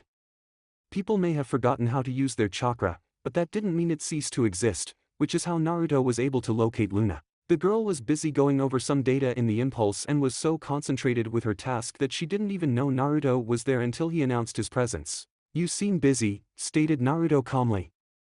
Luna jumped in surprise because Commander Uzumaki had just scared the hell out of her and was that an amused look in his eyes. That isn't funny, you scared me half to death, glared Luna. I apologize, but I wish to give you something before I left, apologized Naruto before reaching into his uniform and pulling out a small disc. You are leaving, where are you going? Asked Luna worried. I have been given a mission that is highly classified so I can't give you the details, but I wanted you to have this just in case I didn't return, replied Naruto, as he placed the disc in Luna's hand. The girl closed her hand over it gently before looking at Naruto with a confused look in her eyes. What do you mean in case you don't return? What is going on? Asked Luna scared. Naruto just smiled sadly, as the girl gripped his uniform and gently removed her hands from him. If you should find yourself trapped here and wish to break free, that disc will provide you with what you need to escape and fight for what you believe in. I don't want to see you get hurt while I am gone, so think of this as my way of providing you with protection since I can no longer do it personally, said Naruto softly, before turning to leave. Luna wanted to move, but for some reason, her body was frozen and wasn't responding to her. Naruto walked about 10 feet away before pausing and then looking up at the ceiling with a small smile on his face. You have become precious to me, and in another lifetime, I would have loved to stay with you, but I am just so tired. I hope you can forgive me one day, and maybe the next time we meet, things will be different, smiled Naruto, as he glanced at the girl before leaving the hangar. Goodbye Luna, whispered Naruto, but Luna heard him loud and clear. Luna had tears streaming down her face because if she was worried before this broke it for her. Her commander had never called her by her name in all of the time she had known him, and she could tell by his goodbye that she would never see him again. Archangel. How are you doing? Asked Meer, as she sat down next to Athrun. He was currently sitting on one of the boxes in the hangar while staring up at the Justice. You shouldn't ask him that question, he'll say, I'm fine, no matter what, smiled Kira, as he entered the hangar with Lacus at his side. He is right, smiled Lacus warmly. Meer smiled at that as well because Athrun just rolled his eyes at the two. I really am fine, I was just thinking about a few things, said Athrun. So Kira isn't the only one wondering about why Mr. Uzumaki didn't show up with ZAFT during the attack on ORB, said Lacus knowingly. Athrun's eyes widened before looking over at Kira to see that his friend had been thinking about that as well. Naruto-kun, whispered Meer. Yeah, out of everyone there I really expected to see him during the attack. He did tell me the next time we would meet it would be in battle, frowned Athrun. He told me the same thing before destroying the freedom and sparing my life, said Kira to the surprise of Athrun. I don't know how he did it, but he somehow hacked into my frequency and left that message for me. It was the last thing I saw before I ejected from the cockpit, explained Kira. Naruto-kun isn't a bad person, he is just following orders, defended Meer, her eyes pleading for them to understand. You are right of course, but there is more to it than that. He doesn't fight because he enjoys it or to follow orders, but so he can obtain what he believes peace to be, said Lacus with a sad smile. He fights in hopes that he will find someone that will be able to beat him so he can see his friends again, confirmed Athrun. What do you mean? Asked Meer confused. It means that he fights in hopes that someone will be able to kill him, explained Kira with a grim look on his face while Meer's eyes widened in horror. Yes, he told me as much when I spoke with him. There is so much pain in his eyes and it made me even understand why he wished to die so badly. I wonder if we would be any different if all the ones we cared about were dead, said Lacus softly, before leaning closer to Kira. They didn't get to say anything else when Maru's voice came over the intercom and asked Kira and Athrun to report to the bridge immediately. Kira and Athrun looked at each other confused, but quickly made their way to the bridge. When they got there their eyes widened in shock when they recognized a familiar face on the main monitor. It was the man they were just talking about and he was looking at them with a hard look in his eyes. Naruto-kun, smiled Meer, but went silent when Naruto just ignored her and started to speak. Athrun Zala, Kira Yamato, I am requesting you meet with me at this location as soon as possible and bring your Gundams with you, said Naruto. What? Gasped Kira. If you don't meet my request I will attack ORB and finish what was started less than a day ago. I am sending the coordinates to you now and I am giving you both an hour to arrive, finished Naruto coldly. You would really target civilians? Asked Lacus with a sad look in her eyes. I am giving you both an hour, otherwise, I will attack ORB, and I am sure you are both aware that with Epione and I will not fail to bring it to its knees, replied Naruto before closing the link. Naruto-kun, cried Meer, as she fell to her knees with tears streaming down her face. She had never seen him act so cold and she knew him before he started to accept his emotions again. Athrun quickly knelt down and held the crying girl while she hugged him tightly with her head buried in his chest. Athrun, Kira, you must go, said Lacus to the surprise of both young men. Lacus, said Kira, but stopped when the girl he loved just smiled at him sadly. I don't think he will attack ORB, but I do believe you both owe it to him to go out there and meet with him. He has saved both of your lives and the least you can do is meet with him, explained Lacus. You do realize that Commander Uzumaki will attack them the moment they arrive, said Muro seriously. Yes, But it is my hope that Athrun and Kira will be able to talk to him and maybe make him see that life isn't as bad as he sees it, smiled Lacus. I'll be launching, there are a few things that I need answered, and only he can supply with the answers, said Athrun with a hard look in his eyes. Athrun-kun, whispered Meer in shock, but Athrun just smiled down at the girl. Don't worry Meer, I promise I will do my best to bring Naruto so that you can see him again, reassured Athrun. I'll be going as well, we just got you back Athrun, and I won't lose you again, smiled Kira. Be careful you too, and return to us safely, whispered Lacus, as she hugged Kira lightly. Both of them nodded before leaving the bridge and making their way to their respective Gundams. Naruto calmly watched as the sun rose in the distance and couldn't help but admire the sight because it truly was beautiful. He could still remember when he used to sit on the Yondame's head in Konoha and watch the sunrise. The village of Konoha seemed to become even more magnificent as the first rays of the sun hit it. It was one of the many things he had missed ever since the elemental countries ceased to exist and in their place rose a whole new world. He didn't get to think much more on the matter when two beeping sounds went off in his cockpit and they're heading towards him were the two people he had been waiting for. The freedom and justice flew towards him with the sun rising behind them and it made them look beautiful. It is true that some of the most beautiful things in the world are the things with the power to cause so much death and destruction. Then again, these particular models of Gundam were built for the purpose to protect, which is probably why they seemed to glow even brighter than their predecessors, thought Naruto. Epione's eyes shined a bright emerald green before taking off into the air straight at the approaching freedom and justice. Naruto's eyes hardened and only one thought entered his mind. I will see you soon my friends, one way or another, thought Naruto, as Epione drew its heat rod. Chapter 28. Damn it, cursed Athrun, as he and Kira were forced to dodge out of the way or be hit by Epione's heat rod. Looks like he doesn't want to give us time to talk, frowned Kira before drawing his two high-energy beam rifles and firing at Epione to buy them some time.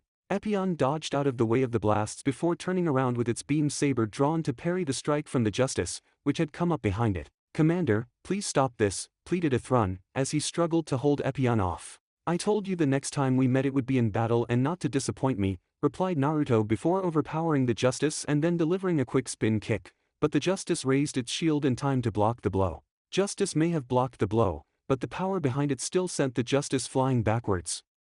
Epione didn't have the opportunity to capitalize on the opening when the Freedom fired all its rails cannons at Naruto.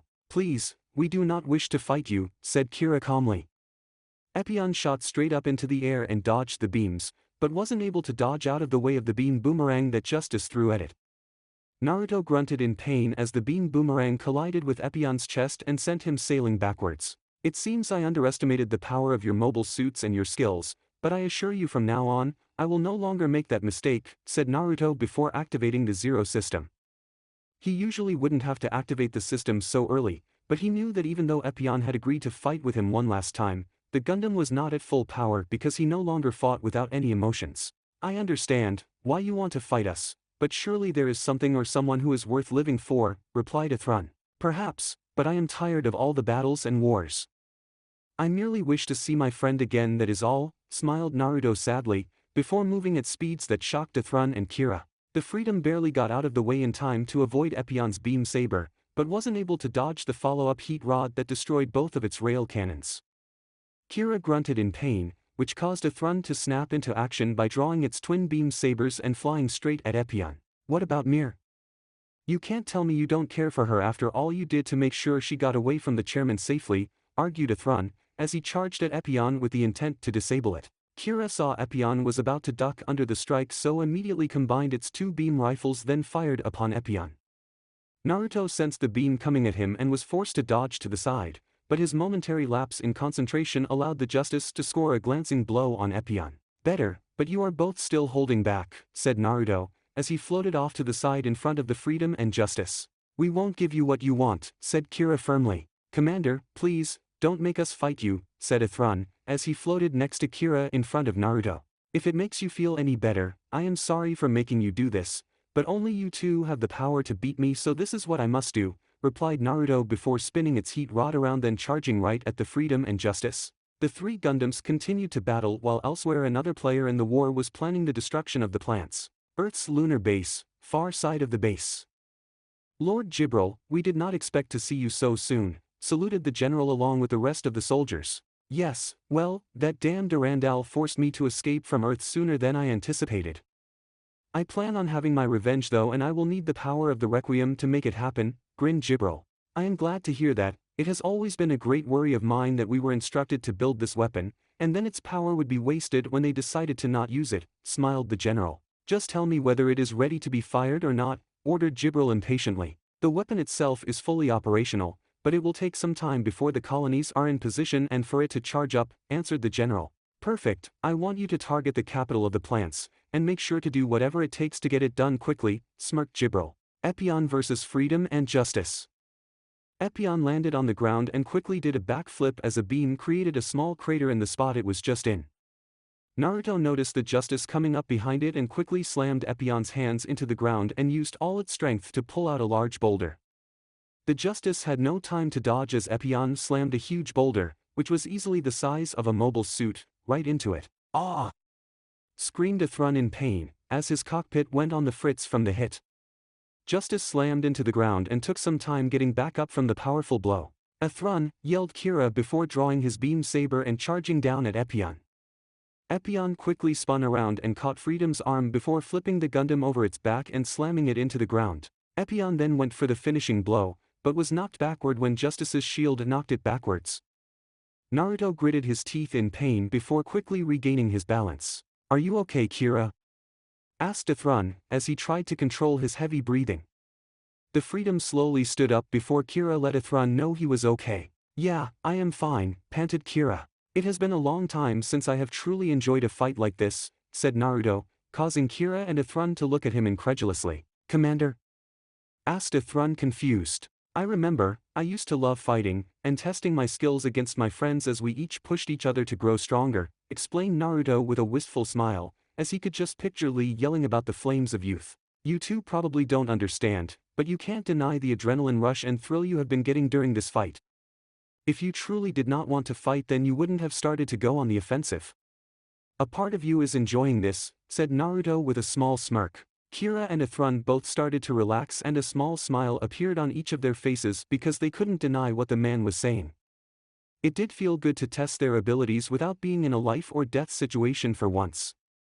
At first, the fight seemed to be a life and death battle, but now, it was like a friendly spar where each of them was pushing the other to their limits. Come on you two, show me what you can truly do, smiled Naruto before charging right at them. The Freedom shot up into the air and the Justice dodged to the side, but neither of them were prepared when Epione used its heat rod to grab Justice's shield that was lying on the ground and flung it right up at the Freedom as it prepared to fire upon Epione. The shield deflected the beams before slamming right into Freedom's chest while Epione engaged Justice in a saber fight. I know I asked you this before, Commander, but why did you save during the last battle? Asked Athrun, as the two Gundams pushed against each other. Epione performed a quick leg sweep that knocked the Justice to the ground. Naruto then kicked the thrusters on to full blast to avoid the beams fired at him from Freedom so that he couldn't capitalize on his blow to the Justice. Unfortunately, he wasn't able to react quick enough, and before he could draw his heat rod, the Freedom used its beam saber to stab right through Epione's left arm. It was an accomplishment short-lived when Naruto grabbed Freedom's wrist then twisted it viciously, which completely disabled Freedom's right arm. The two Gundams broke apart and Naruto was forced to rip out Epione's left arm at the elbow. Now Epione only had one arm, but that wouldn't stop Naruto as he had fought in worse conditions. If you don't mind, sir, I would also like to know why you saved my life as well, said Kira, as he floated in front of Epione. You shouldn't let something so trivial distract you in a battle, sighed Naruto, as he allowed the two to take a break. If you had let us die or killed us when you had the opportunity, then we wouldn't even be having this battle, so I don't think it is a trivial issue, replied Kira. There had to be a reason, Commander, said Athrun, as he floated up in the air next to the Freedom. You two are becoming most troublesome, said Naruto with a small smile. Archangel. Incredible, I always knew Captain Uzumaki was one of the best, but his skills are far beyond anything I could imagine, said Maru in awe. They are all enjoying the fight, smiled Lacus, causing everyone to look at her curiously. Athrun and Kira have always fought to protect or destroy something and never just to enjoy it. The beginning of the fight was the same way, but now it is just to test each other's limits, explained Lacus with a warm smile. I see what you mean, and I believe you are right, agreed Maru with a small smile of her own. I just hope Athrun-kun and Naruto-kun will be okay, whispered Meer with a worried look in her eyes. They will be fine, and I believe this is good for Kira and Athrun. It helps them realize that not all fighting has to be bad and something horrible, reassured Lacus. Epione versus freedom and justice. Athrun screamed in pain when Epione turned its beam saber on to full power and easily cut through his own beam saber. The Justice now sported a large gash across its chest before it was kicked down into the ground. The Freedom caught the Justice before it slammed into the ground while Epione looked down at them both. If I tell you why I saved your lives, will you start to fight again? It is no fun when you just stand there and let me beat you, sighed Naruto before landing on the ground, as soft as a mobile suit possibly could. No promises on that, smiled Kira, which caused Naruto to shake his head at the two. This battle was nothing like he wanted it to be, but the funny thing was that Epione and him were still enjoying it immensely. The reason I saved you both was because you both remind me of how I used to be, admitted Naruto to the surprise of the two boys. I used to fight to protect those precious to me, and so I spared you because I couldn't strike down two people who fought to protect those precious to them, explained Naruto. Athrun and Kira were about to say something, but stopped when Epione clutched its head in pain with its good arm. No, gasped Naruto, as he just received a vision of millions of people screaming out in pain. What is going on?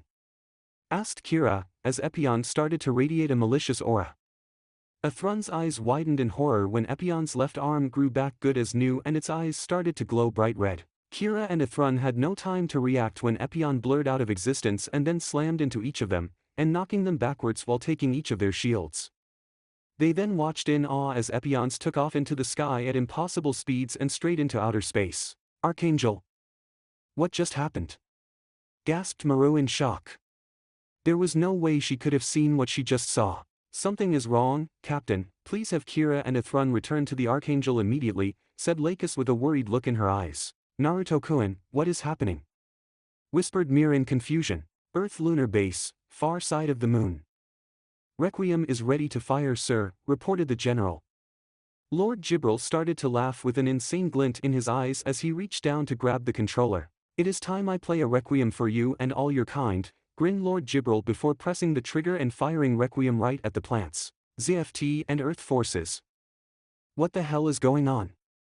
Demanded Izak, as he detected a high-energy concentration coming from the far side of the moon. The beam, it's bending, gasped Durka in disbelief. Everyone watched as the powerful beam bended several times before it headed in a direction that made all of the ZFT forces' eyes widened in horror. No, it's heading for the plants, screamed Izak in horror.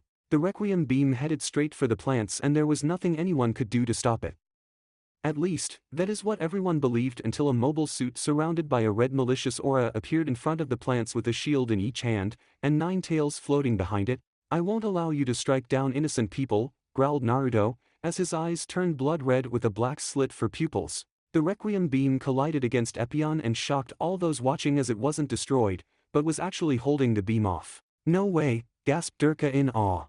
All of the ZFT forces watched with hope-filled eyes and prayed that Epione would be able to hold the beam off, but their hope started to dim when Epione was slowly being pushed back. The armor on Epione started to crack and the shields in its hands started to disintegrate from the powerful beam. I can't hold it, thought Naruto in horror, as he was slowly pushed back and he drew closer to the plants. No, thought Naruto as his eyes hardened. If he was going to die here, then he would make sure he protected these people before he perished. No matter what, he was not going to let millions of people die because he had grown weak. Please Epione, I know you don't fight to protect, but lend me your strength, yelled Naruto before pouring everything he had into one final push.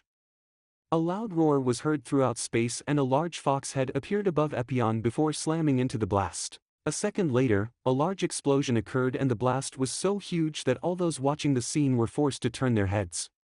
When it finally died down, they all turned to see that the plants were unharmed, but the same could not be said of Epione. The demonic Gundam floated in front of the plants with both arms missing and the rest of its armor completely cracked. It started to glow red every few seconds, as if it were ticking down before it exploded. They are safe, smiled Naruto, before Epione blew up with him still inside it. The greatest warrior to ever live had finally obtained his peace. Chapter 29. Commander, whispered Luna before punching the wall nearest her.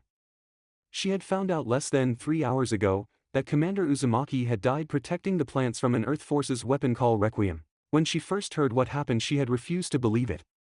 Her mind just refused to accept the fact that the man she had come to have deep feelings for was gone, but then she saw the footage. She stood there and watched as he did the impossible. Then instead of surviving through it like he always did, his Gundam exploded. Luna never remembered crying so hard in her life, but quickly snapped out of it when she received word that the Minerva would be helping the ZAFT forces assault on the Earth's lunar base. Luna's eyes hardened as they approached the base because this time she wouldn't fail. She would make sure she destroyed that bastard Jibril and make him pay for taking away Commander Uzumaki from her. If anyone tried to get in her way, then she would just have to deal with him or her as well. Archangel. Meer, whispered Athrun softly, as he entered the room. He knew the girl was awake because he could see her body shaking slightly as she continued to cry. Meer, come on, you can't hide in here forever, said Athrun, as he placed a hand on her, causing the girl to stiffen slightly. Meer quickly wiped her eyes before sitting up and looking at Athrun with red eyes while her cheeks were stained with tears. Why did he have to die? Why did he have to go? Sniffed Meer, as fresh tears fell from her eyes. I don't know, but I believe this is the way he truly wanted to die, said Athrun with a small smile. Meer looked at him confused and begging him to explain it to her. When Kira and I were fighting with him, we noticed that as the fight went on, he didn't seem to care about dying anymore. It was strange, but even I started to enjoy the fight and I honestly didn't want it to end, explained Athrun. I don't think he wanted to die fighting anymore. I believe that he probably was more at peace protecting innocent people than fighting, smiled Athrun, as Meer thought over what he said. I miss him so much, whispered Meer, as she leaned her head on Athrun's shoulder. Athrun put an arm around Meer and let the girl rest on him with a sad look in his eyes as well. So do I, said Athrun, as he tightened his grip around Meer and she buried her head further into his chest. Battle of Daedalus. ZFT had finally commenced their attack on the Earth base on the far side of the moon, and leading the charge was the Legend, Destiny, and too many people's surprise, the Impulse. I will destroy you all, thought Luna, as she drew the Impulse's beam saber and started to destroy every mobile suit and armor that got in her way. The Zero system was activated and data was being fed to her at insane rates, which let her take out any enemy faster than anyone thought possible. Even Rei and Shin were not even close to take out as many as the enemies as Luna had in the Impulse. 3 destroy Gundams blocked the Minerva's path, but that didn't stop Luna. Get out of my way, yelled Luna angrily, as she flew right at the destroy Gundams. The Zero easily told her the easiest way to take out the Gundams, which she did without hesitation. The Impulse grabbed the first destroy Gundam and turned it at one of its allies just as it was about to fire. Once it had destroyed the one of the right of it, Luna then stabbed her beam saber through its cockpit, and then quickly headed straight for the base up ahead. She let Rei and Shin deal with the last one because she had more important matters to deal with than some foolish mobile suits that were stupid enough to get in her way. Requiem. Sir, they are breaking through our lines of defense. We won't be able to hold them much longer, reported a soldier. Damn it, is the Requiem ready to fire again? Growled Gibril angrily. At its current power it won't even reach past the first relay point, said the general with a frown. That's fine, fire it now to get rid of all the ZFT forces at the first relay point, that way we can escape. So long as I am alive we can continue our goals to destroy those damn coordinators, grinned Jibril. The general just nodded his meme before ordering his men to fire the Requiem, and then they both left so that could escape safely. Luna. Where are you? Muttered Luna, as she flew into the base, and started to destroy every ship and mobile suit. She was systematically making her way through the base as the Zero gave her a complete layout and pointed out all possible exits of escape. There was no way she was going to let that bastard Jibril escape a second time. Not after what happened to Naruto, but before she could continue to destroy the exits, she detected a large high energy, and knew that they were planning to fire the Requiem again. Luna was not going to allow that to happen again and made her way to the control center. It didn't take her too long to get there, with the Zero guiding her, and quickly raised her beam rifle at all those within the center. They didn't even get a chance to scream or surrender before the Impulse fired several shots and completely destroyed the center. You're next, Gibril, smiled Luna with a hysterical look in her eyes. The Zero didn't take long to provide Luna with what she wanted, and soon the girl was racing outside the base. Gibril was about to escape in the Gertie Lu and was already thinking of a new way to destroy the coordinators along with the plants. He could already see himself finally destroy all those damn coordinators, but that dream was interrupted when the engines on his ship were destroyed. His eyes widened in horror when a Gundam appeared in front of him with its beam saber raised high above its head. Time for you to die for what you did, yelled Luna, but right before she swung downward, she received a vision that made her eyes go wide. Flashback. If you want to master the Zero system, there is one thing you must always remember, said Naruto suddenly, as he turned to face Luna completely. What is that? Asked Luna curiously. Damn him for changing the subject like that and damn her for letting him. You must always remember who you are. The Zero will attempt to make you into the perfect soldier by erasing your personality and replacing it with one that will be better suited for battle, started Naruto, as Luna paid rapt attention. Do not let yourself become someone or something you aren't. Remember who you are and don't let anyone or thing take that from you. Do you understand? Said Naruto seriously. End flashback. Remember who I am, whispered Luna, as she lowered her beam saber. This wasn't who she was, this taking her anger out on people, and wanting revenge. Don't let yourself become someone you're not. Remember who you are, said Naruto. Commander, I am so sorry, whispered Luna, as tears streamed down her face. She quickly wiped her eyes, then reported to the Minerva that she had captured the Gertie Lu and Jibril. Unknown. Who am I? Where am I? What am I doing here? These and many more thoughts floated through a familiar blonde-haired ninja as he floated in nothingness. His thoughts all stopped suddenly when he landed on something hard. It was then all his memories returned to him and he slowly sat up. Ugh, what is this place? Muttered Naruto, as he slowly stood up and looked around at his surroundings. It looked so familiar, and in fact, it looked like the same place where he used to speak with, but didn't get to finish his thought when a familiar voice interrupted them. Hello Naruto-kun, said a beautiful voice, which caused Naruto to turn around with wide eyes and found himself staring into a pair of eyes he hadn't seen in over 2,000 years. Chapter 30. Does this mean I am dead? Asked Naruto hopefully. Is that what you truly want, to be dead? Replied the beautiful woman with long flowing black hair. Of course, it means I finally get to be with you and all the others, said Naruto with a hint of anger. The woman just smiled sadly at him before raising her hand and caressing his cheek. Naruto closed his eyes and enjoyed the warmth of her touch because it had been so long since he had allowed another to touch him so intimately. My Naruto-kun, what has happened to you? Asked the woman with a sad look in her eyes.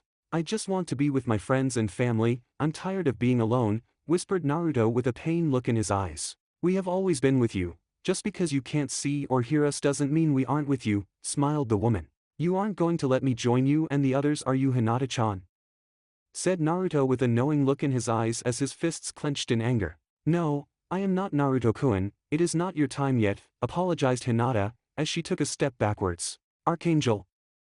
Lacus, Kira, Maru, Athrun, Meer, and the rest of the Archangel crew were all listening to Durandal speak. The chairman had finally revealed his destiny plan to everyone, but that wasn't what got their attention. They already knew about the destiny plan, so that was no surprise to them, but what did anger them was how the chairman was using Naruto's death as propaganda to rally others to his ideas. He started his speech telling how brave a soldier Commander Uzumaki was and how the plants were in debt to his sacrifice. Then Durandal went on to say Naruto would support him in his goal to finally end all wars, which is why he was about to put his destiny plan into motion. I can't believe I ever willingly helped that monster, glared Meer angrily. He is making a mockery of Commander Uzumaki's sacrifice, said Athrun, as his fist clenched in anger. We can't let him enact this plan, and control everyone as if they were merely pawns for him to use, said Lacus with a hint of anger.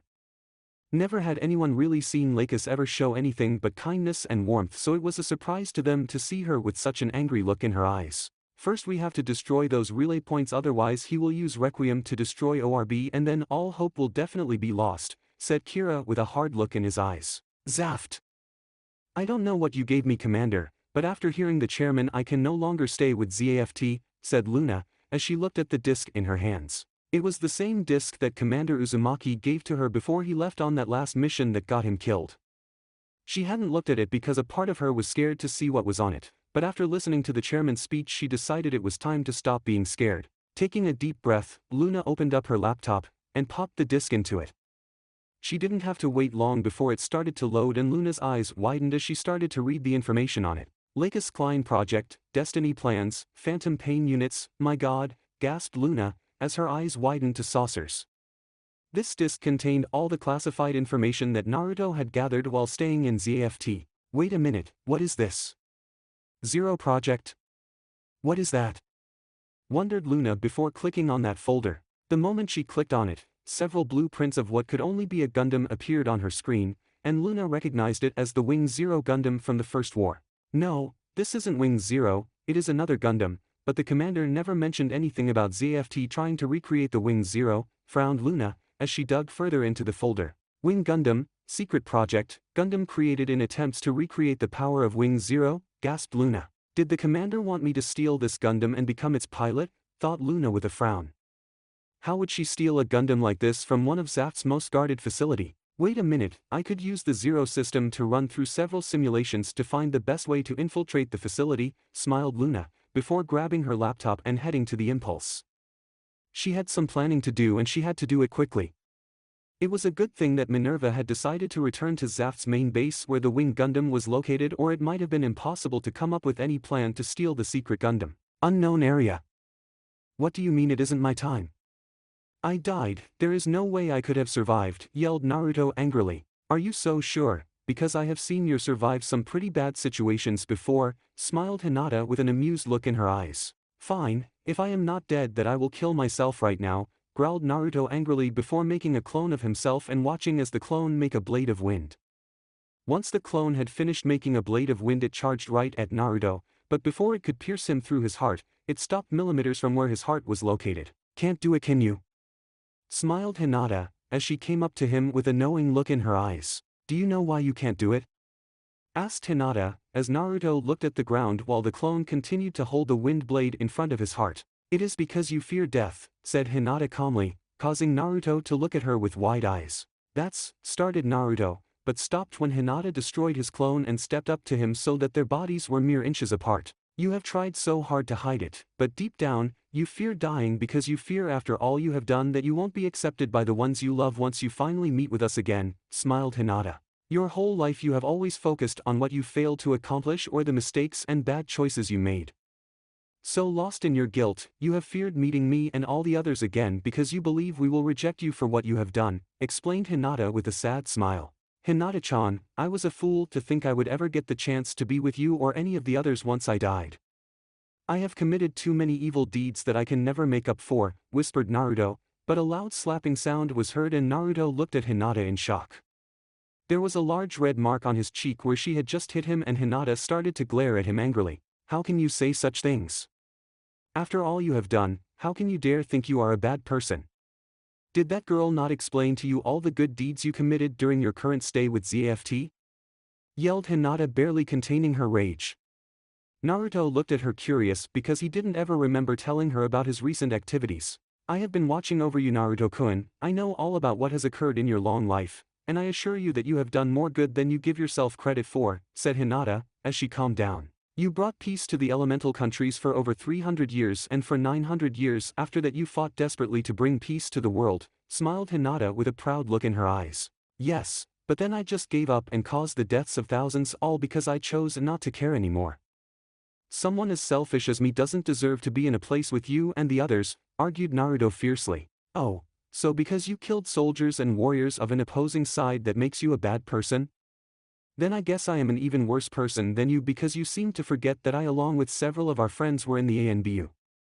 We killed many people merely because someone paid us to, and not all of them were ninja, argued Hinata calmly. That's different, started Naruto, but stopped when Hinata merely raised her eyebrow as if to challenge him to come up with a good reason why it was so different. Naruto-kun, you cannot compare yourself to others of this time when you were raised very differently.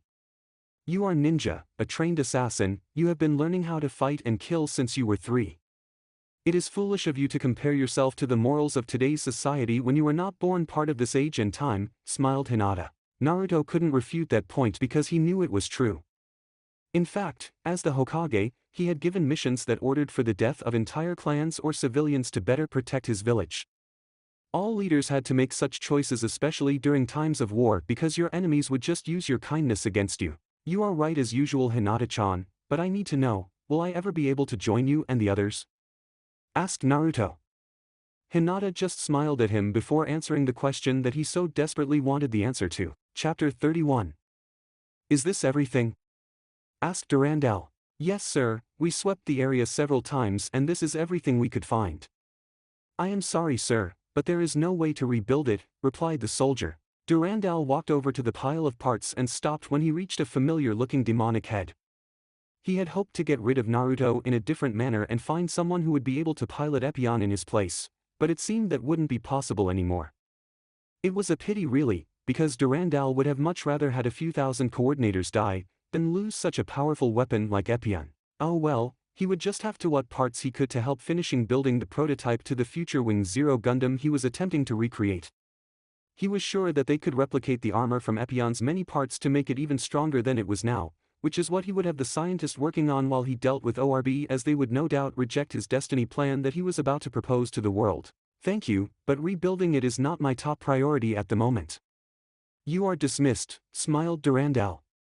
The ZFT soldier just saluted the chairman before leaving the hangar so that chairman would be alone. You were far more powerful than I imagined, and I thank you for wasting your life in such a way because it might have been much harder to get rid of you if I had to do so myself. Perhaps I should pay a visit to Gibril and thank him, since he is responsible for your death, said Durandal with a small chuckle before taking his leave. Unknown area. Naruto-kun, you don't need to be here to be with us, didn't I explain that earlier? Smiled Hinata, causing Naruto to glare at her lightly. I hate when you change the subject, glared Naruto, but there was a playful glint in his eyes that showed he had missed doing this with Hinata. Aw, my poor Naruto-kun, so many things have changed, but then again, there is so much that hasn't changed. I must admit, I have missed being able to gaze into your beautiful eyes, said Hinata with a beautiful smile before gently touching his cheeks. You still haven't answered my question, smiled Naruto, as he leaned into her touch. Would you please remove your genjutsu? I want to see the true you, smiled Hinata, as she stalled for some more time with the only man she ever loved. Naruto just nodded his head before releasing a small burst of chakra from his body, and soon he started to change. 3 whiskers appeared on each cheek, and though they weren't visible because of his clothes, many scars started to show up on his body, and would let anyone who saw them know that he had been through many battles and wars. As handsome as ever, Naruto-kun, giggled Hinata, which caused Naruto to roll his eyes at the young woman. Will you please answer my question now? Asked Naruto with a bit of impatience. Very well, sighed Hinata before taking a step back and looking at Naruto with a sad look in her eyes. It is possible for you to join us one day, Naruto-kun, but not as you are now, answered Hinata, causing Naruto get a pained look in his eyes.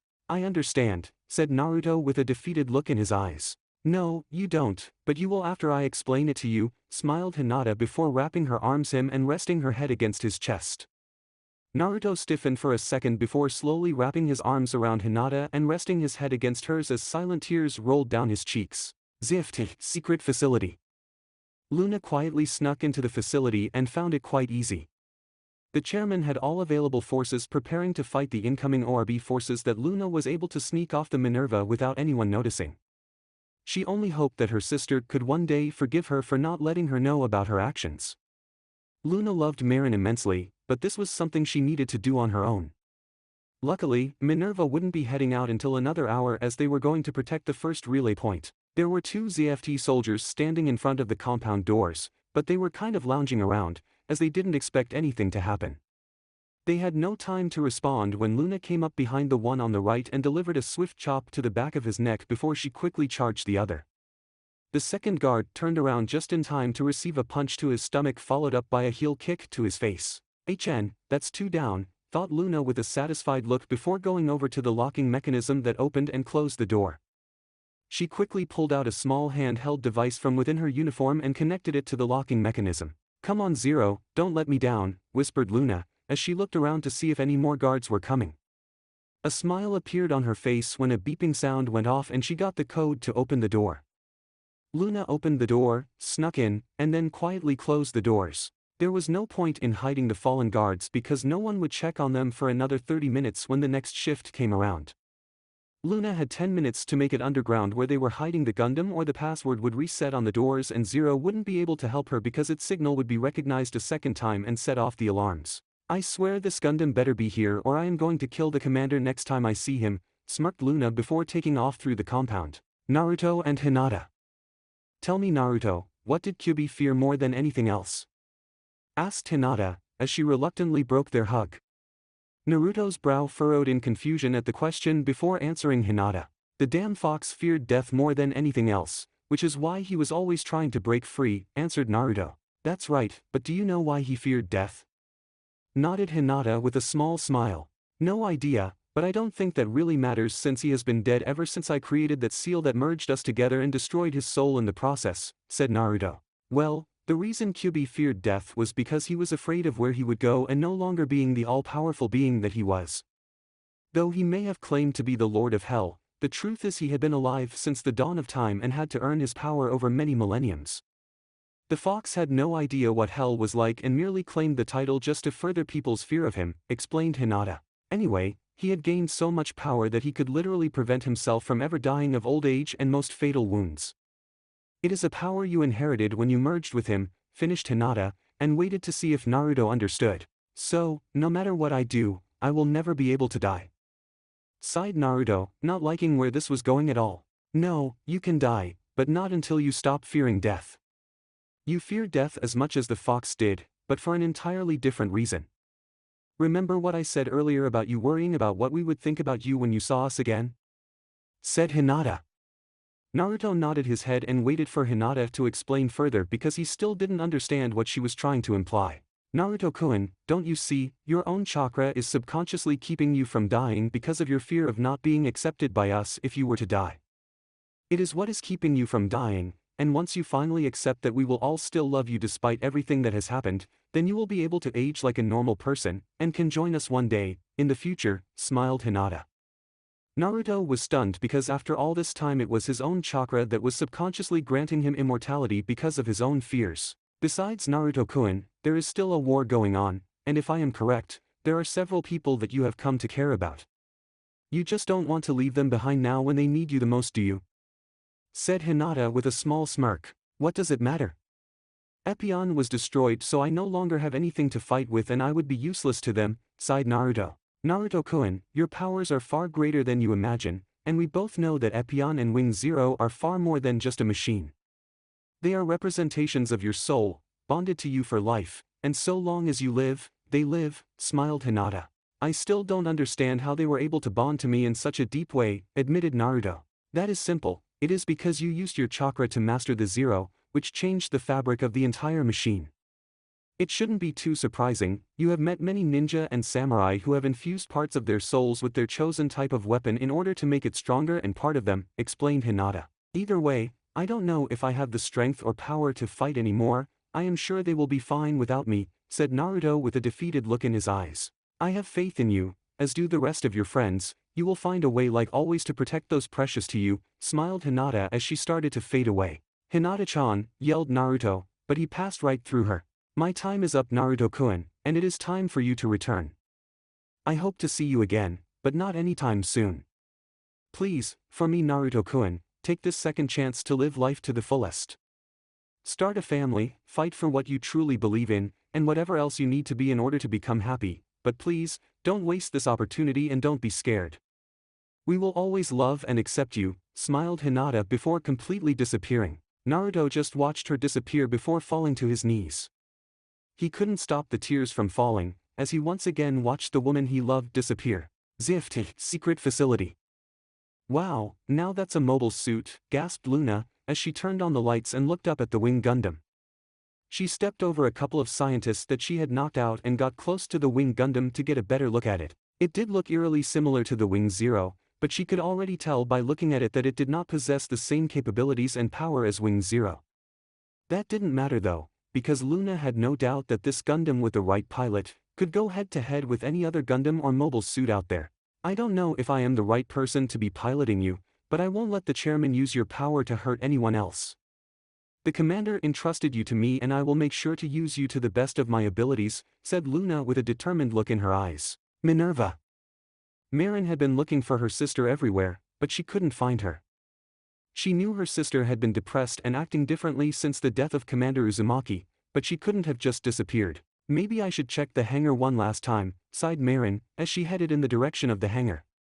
The impulse should be loaded in the hangar by now and so Luna should be there to make sure they didn't scratch it or anything. Her old sister was a bit possessive when it came to handling anything she considered to be hers. Marin arrived in the hangar to see the impulse about to come in through the launch pad as the techs cleared the way, but then something happened. The impulse's eyes came to life and it broke free from the mechanical bindings holding it. No one knew what was going on as the impulse turned on its thrusters and shot out of the Minerva. It then started to fire upon the ZAFT forces, causing a mass panic. Luna-chan? Gasped Marin in horror. Luna. I can't believe it worked. The Zero system truly is as powerful as the commander said it was, gasped Luna, as she added to the Wing Gundam and then used it to activate the impulse. She had the impulse fire down at the soldiers, but made sure that it didn't kill anyone, just caused some confusion. Now it is time to get out of here and find the Archangel that holds the real Lacus Klein, smiled Luna. She quickly turned the Wing Gundam on and knew she had to make her escape quickly, because even though she had mastered the Zero system, if she didn't hurry then she would be facing a large contingent of ZFT forces. Wing Gundam, launching, said Luna with a hard look in her eyes before raising the Buster rifle and firing it straight up. The blast was so powerful it easily tore through the roof of the compound and gave Luna a clear path to exit. Chairman. Chairman sir, someone has stole the experimental Gundam from Hangar 51. It along with the impulse has made their escape and has caused mass damage to our facilities, reported a commander. What? Stop them at once, we cannot allow those two Gundam to join with the ORB forces or worse the Archangel, ordered Durandal angrily. Yes sir, saluted the soldier before closing the link. How is this possible? The Wing Gundam was supposed to be my ace in the hole should Shin and Rei fail taking out Athrun and Kira, cursed Durandal with a heavy glare on his face. Archangel. How much further until we reach the first relay point? Asked Kira from within the Freedom. We shall reach it in 10 minutes, but we have to hurry because there are a large number of ZFT forces heading that way as well, answered Moreau. This is going to be all about speed from this point on because if we don't destroy that relay point before it gets into position then you can kiss ORB goodbye, said Neo as he appeared on one of the monitors. Captain Moreau, it seems someone has engaged the ZAFT forces, said Lacus, as she appeared on the screen before showing her the video footage. Everyone on both the Archangel and Eternal eyes widened in shock as the picture zoomed in to show the impulse and a Gundam that looked remarkably like Wing Zero fighting against the ZAFT forces. This is Athrun, I am requesting permission to launch early to help them before ZAFT captures or destroys them, said Athrun. Before anyone could reply to his request, an unfamiliar face appeared on the Eternal and Archangel's monitors. Archangel, Eternal, my name is Luna Maria Hawk and I am currently piloting the Wing Gundam you see out there. I know this may be asking a lot, but I beg you to help me get this Gundam away from the chairman. It was designed to have similar capabilities to the Wing Zero and though it lacks the power of Wing Zero, they have come extremely close to making an exact replicate to it, said Luna as she appeared on the monitors of the Archangel and Eternal. I beg of you, please, help me keep this Gundam out of the hands of the chairman so that he will not be able to create a Gundam with the power to match Wing Zero. Even if you don't trust me, then at least destroy this Gundam and me along with it, pleaded Luna, before she grunted in pain, as several missiles hit her.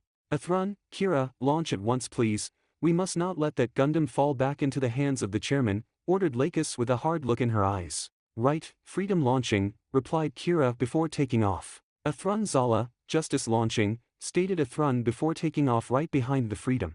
Launch the meteor, we must not fail in destroying the relay point and protecting those Gundams, said Lacus. You heard her, ordered Andrew loudly. The final battle had begun and it would be a battle that both sides would remember for years to come. Chapter 32.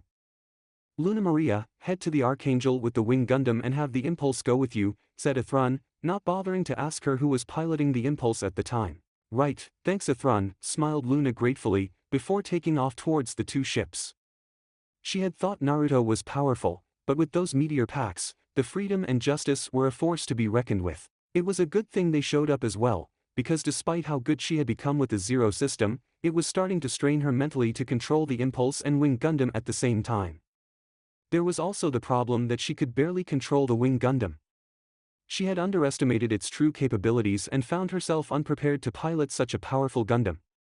Her respect for Commander Uzumaki's abilities rose another notch because she imagined Epione and Wing Zero far outclassed the Wing Gundam and he could pilot both of them without any problems. You are clear to land, said Maru, as she appeared on Luna's monitor. Thank you, I will land with the Wing Gundam first, replied Luna before heading towards the landing hatch. In one smooth, quick action, Luna entered the hatch and easily landed without causing any damage. I did it, I can't believe I actually pulled that off, and stole two Gundams, said Luna with a bit of disbelief, as the Wing Gundam was locked into place while she let the Zero land the Impulse. She then shut down the Zero once the Impulse was locked down as well and opened the cockpit of the Wing. Hey girl, Who the hell was piloting that other Gundam?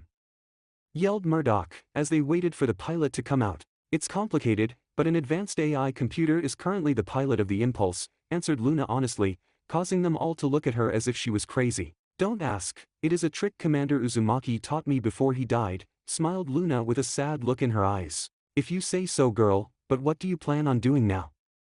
Shrugged Murdoch, as he watched the girl take a seat on one of the many crates in the hangar. I don't know, I would like to help, but the Impulse is low on power as it is and I just don't have the skills to pilot that Gundam, sighed Luna. She still had trouble believing that people of ZAFT would really fight for the chairman's dream of some destiny plan. Flashback. It has been my experience that people fight for three main reasons, started Naruto, as Luna paid close attention. The first reason someone fights is because of sense of loyalty to one's nation and home. To people who fight using this reason, it doesn't matter what monstrosity their nation may cause or what order they may be given, they still follow through with it because that is their home that contains the people they care about. Then again, a person may just have a strong sense of loyalty to whatever side they are on because they don't believe in abandoning those who have come to rely on them, said Naruto. End flashback. Commander, I am still not sure why I fight, but I want to help stop the chairman from turning people into nothing but mindless drones that do whatever he wants them to, said Luna with a hard look in her eyes. Hey, how long do you think it will take for the Impulse to be at full power? Asked Luna, as she ran over to the tech she was talking to earlier. Well, you're in luck girl, we have an onboard power source that can fully power up that Gundam with 10 minutes or so, but you'll have to get permission from the captain if you want to launch, smirked Murdoch. Thank you, I'll go see her now, smiled Luna before heading towards the bridge. Battle of First Relay Point of Requiem. The Freedom and Justice had managed to take out over 75% of the ZAFT forces trying to protect the first relay point, but before they could move on to destroying the colony, two Zaku Phantoms blocked their path. Hey, what the hell do you think you bastards are doing here? Demanded Izak before opening fire upon the Justice. Izak? Said Athrun surprised. Calm down Izak, Athrun is only here to help, isn't that right?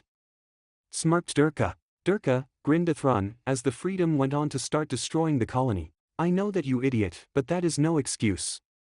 Don't think this is over Athrun, I swear once we are done destroying that colony I am going to kick your ass, grumbled Izak. Right, I look forward to it, smiled Athrun before taking off at full speed towards the colony and catching up with the Freedom.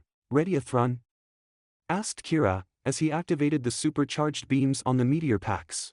Yeah, let's do this, nodded Athrun with a hard look in his eyes. The ZAFT forces could only watch as the Freedom and Justice destroyed the first relay point with ease using their meteor packs. Once it was destroyed, they took off and started to make their way over to where Requiem was located. Archangel.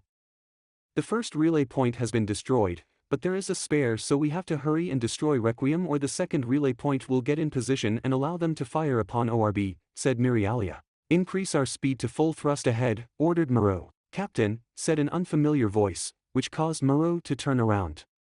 She was surprised when she came eye to eye with the girl who had been piloting that Gundam that looked similar to Wing Zero. Luna Maria, correct? Asked Moreau.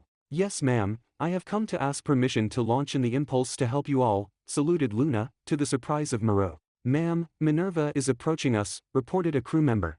Thank you for lending us your strength and feel free to launch as soon as possible, smiled Moreau, but before Luna could thank her, Murdoch came up on the screen. Captain, I don't know how to say this, but that Gundam the girl was piloting has started to act up. It is like it is trying to break free or something, panicked Murdoch, as several loud noises could be heard in the background. Moreau turned to look at Luna, but the girl was in just as much surprise as everyone else.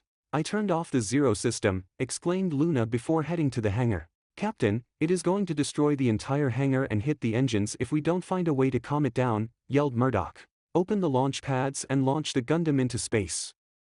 We can't afford to lose our engines, especially in a time like this, ordered Moreau. Yes ma'am, replied Murdoch before shouting out the orders and closing the link. Space. Athrun and Kira were flying next to the Eternal when a beeping sound went off and looked over to the Archangel just in time to see the Wing Gundam being released. It then transformed into its mobile armor form and took off into nowhere. What is going on? Asked Athrun, as he opened a link with the Archangel. I had no choice but to release it or it would have several damaged the Archangel, explained Moreau with an apologetic look on her face. I think we have more important matters to worry about, stated Kira with a hard look in his eyes, as a large space fortress appeared from behind the moon, and it was huge. ZFT Fortress. Shin, Ray, I am glad you could meet with me on such short notice, smiled Durandal, as he stood up and approached each boy. Sir, what happened with the Impulse and the Minerva earlier ago? Asked Shin curiously. It seems one of the pilots, Mississippi Luna Maria Hawk, decided to steal the Impulse along with one of our new prototype mobile suits. I believe that Commander Uzumaki may have been preparing her to do this all along, as we have found some proof that he was planning on betraying ZFT before he made the split decision to protect the plants, explained Durandal. It was a load of bullshit, but Shin hated Naruto so much that he would believe anything that put the man in a bad light. That bastard, I knew he wasn't truly one of us all along, glared Shin, as he was still upset that the man had died before he could get his revenge. Now he would never get his revenge, and that made him angrier by the moment. Yes, but what is worse is that the Archangel along with its allies managed to destroy the first relay point. Fortunately, there is another, but if they are not dealt with soon, then they may succeed in destroying everything we have hoped to achieve during this war, said Durandal with a small sigh. Sir, Shin and I will not let that happen. We will deal with the freedom and justice before dealing with the others, saluted Ray. Shin saluted as well, because so long as he would get his revenge against the Freedom and now Luna for following in Naruto's footsteps, then he didn't care who he had to fight. Thank you, I knew I could count on you too, smiled Durandal. Earth. Naruto slowly woke up and found himself staring up into a beautiful blue sky that was filled with many clouds. To many this would have been a beautiful sight, but to Naruto it was just a reminder that he was still alive, which to him was apparently a bad thing. He slowly stood up and groaned in slight pain, as his muscles were extremely sore. Still alive, sighed Naruto, as the wind blew through his hair. He put his hands in his pockets and gazed out over the beautiful ocean. Naruto was currently standing on a beach wearing a slightly torn customized ZFT uniform and was listening to the sound of the waves crash against the shores. He could hear the sounds of battle occurring above in space, but he refused to look up to see how things were going. No doubt by now, the chairman was trying to enact his destiny plan, and had grabbed hold of the Requiem. If he wasn't stopped, then he would use the Requiem to destroy the island nation of Orb, and then there would be no one to oppose him. I wish I could help you all, but I am much too weak to help anyone right now, sighed Naruto, but just as he was about to walk away, he stopped and looked up into the sky to see something heading towards him. Wing Zero, said Naruto in surprise, but narrowed when he realized that it wasn't Wing Zero, but a Gundam that looked remarkably similar to it. He watched as the Gundam transformed from its mobile armor form and landed in the ocean in front of him before kneeling down and extending its hands towards him. You feel familiar, yet I know I have never piloted you before, said Naruto, as he gave the Gundam a curious look. He received a mental message from the Gundam and his eyes lit up in understanding. I see, you were constructed from my fallen friend Epione, that would explain why you feel so familiar, nodded Naruto in understanding, but he still didn't make any move towards the Gundam. I am sorry, but I am tired of fighting. I cannot be your pilot, apologized Naruto, but Wing Gundam continued to hold its hand out to Naruto. Flashback. One day I am going to be the greatest Hokage there ever was and everyone will know my name, grinned Naruto. You do realize that a Hokage is more than just being powerful, don't you, Naruto? Some merely think being Hokage is all about being the greatest fighter, but that is not true, said the Sandaime, as he took a puff from his pipe. Ha! I thought the Hokage was the strongest person in the village and no one could beat them, said Naruto confused. This is true in a sense, but a Hokage's true power is revealed not when he is fighting, but when he is protecting what he loves, smiled the Sandaime. You mean like protecting your precious people? Asked Naruto softly, as he thought of Haku and how the boy told him that one only becomes truly strong when they have someone precious to protect. That is correct, Naruto-kun. A Hokage's most important is using his power to protect and not to fight, nodded the Sandaime. I think I understand, and I promise when I become Hokage I will protect all my precious people and my village better than even the fourth, promised Naruto as he pumped his fist into the air. Haha, I have no doubt you will, Naruto-kun, no doubt at all, laughed the Sandaime before ruffling the boy's hair. End flashback. Naruto smiled at the memory of his old mentor because he had missed the old man greatly. The Sandaime was the first true precious person he had lost while growing up, and Naruto could still remember the many words of wisdom the man passed down to him. Very well, I shall no longer fight anymore, smiled Naruto, as he easily walked on the water towards Wing Gundam's outstretched hand. No, from now on, I am merely a protector, and all those who threaten my precious people and the world I love shall fall beneath my shield, said Naruto with a determined look in his eyes. The wing Gundam carefully lifted Naruto to the cockpit and stood up tall as Naruto sat down in the cockpit, then put on his helmet. I don't know if you can hear me, but lend me your strength, my old friend. It is time to grasp that vision you sent me the very first time we met, smiled Naruto. The wing Gundam started to glow as it transformed into its mobile armor form and started to take off into the skies at incredible speeds. If one had looked closely, they could see a few feathers fall to the water below from the spot the wing Gundam just took off. Battle of Messiah. The battle between ORB and ZAFT forces raged on as both sides fought for different goals. ORB forces fought to stop Chairman Durandal from firing the Requiem upon their home nation and to prevent the chairman from enacting his destiny plan. Fighting alongside ORB was the Archangel, Eternal, Freedom, Justice, and the Impulse as they did their best to overcome the ZAFT forces. The only problem was that despite how hard the ORB forces were fighting, they were losing, and ZAFT was starting to overwhelm them. Perhaps, if half of the ORB forces hadn't been taken out by the Messiahs, Zaft's Space Fortress, Neogenesis, they might be putting up a better fight, but in wars these things happened. The Freedom and Justice were busy fighting the Legend and Destiny, so they couldn't offer their help, while the Impulse and ORB-1 Akatsuki were doing their best to protect the Eternal and Archangel. The Archangel had tried to regroup with the remaining ORB forces, but had been forced to engage the Minerva when it blocked their path. At this rate, it seemed the second relay point would be in position and ORB would be destroyed by Requiem. Shin, stop this, you can't possibly agree with the future the chairman plans to have for us, said Athrun, as he fought the enraged and manipulated boy. Just shut up, you traitor, because I won't listen to a damn word you have to say, yelled Shin angrily, as he fired his particle beam at the Justice. Athrun didn't want to fight Shin or hurt him because the boy was just confused and angry, but if he kept this up then he would have no choice. Shin was about to charge at Athrun again, but growled in anger when several beams hit him from the side. Both pilots looked up to see the Impulse heading right for them. Athrun, you have to stop them from firing Requiem again. I will deal with the Destiny, said Luna, as she flew in front of the Justice. Luna, are you sure you can handle the Destiny? Asked Athrun, surprised by the girl's actions. As if I am going to let some brat like him beat me, smirked Luna before winking at Athrun. You! Yelled Shin, as he glared at the Impulse and knew exactly who was piloting it. Athrun just nodded his head at Luna before taking off to help the Archangel destroy Requiem before it could fire upon ORB.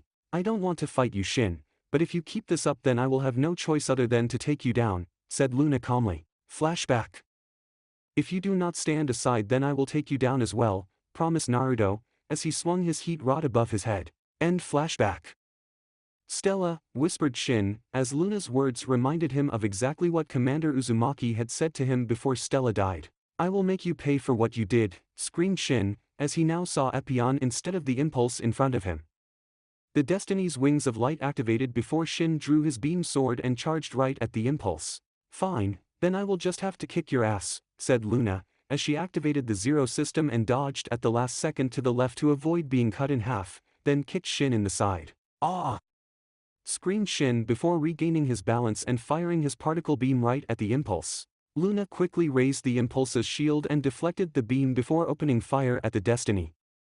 The Destiny dodged the shot with ease before charging at Luna again, but just like last time Luna was able to dodge at the last second and score another hit on him.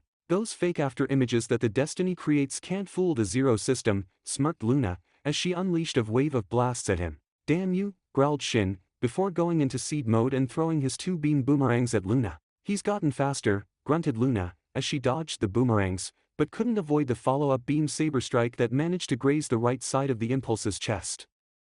Something had happened to Shin and now he was fighting on a whole new level that Luna wasn't sure she could keep up with. Messiah. Chairman, Relay Station 2 is in position, and the Requiem is ready to fire, reported a soldier. Perfect, fire it immediately and destroy ORB once and for all, smiled Durandal. The soldier saluted before relaying the orders to those at the Requiem machine. Archangel. Ma'am, the second relay point is in position, and none of our forces have managed to reach Requiem yet, said Mirialia with wide eyes. High-energy radiation levels detected, Requiem is about to fire, reported another crew member. No, gasped Maru in horror. Everyone on the battlefield stopped as alarms went off everywhere and the Requiem fired for a second time, but this time at ORB. Kira, Lacus, Athrun, and many others fighting for ORB all watched in shock as the Requiem beam bended at Station 2 and headed right for ORB. Ma'am, something is coming out of the Earth's atmosphere and it is coming fast. It is going to collide with the Requiem beam, said Mirialia before pulling up the image. It's the Wing Gundam, spluttered Maru, as it came out of the atmosphere and transformed into its mobile suit form. Wing Gundam stood perfectly still as Requiem headed straight for it and raised its shield slowly. The Requiem beam slammed right into the Wing Gundam, but the Gundam didn't even move an inch. Everyone watched in disbelief as Wing Gundam held off the Requiem blast before a bright white light burst from the Wing Gundam and blinded everyone on the battlefield. When it finally died down, they looked to see that the Requiem beam was gone and in its place stood a brand new Gundam.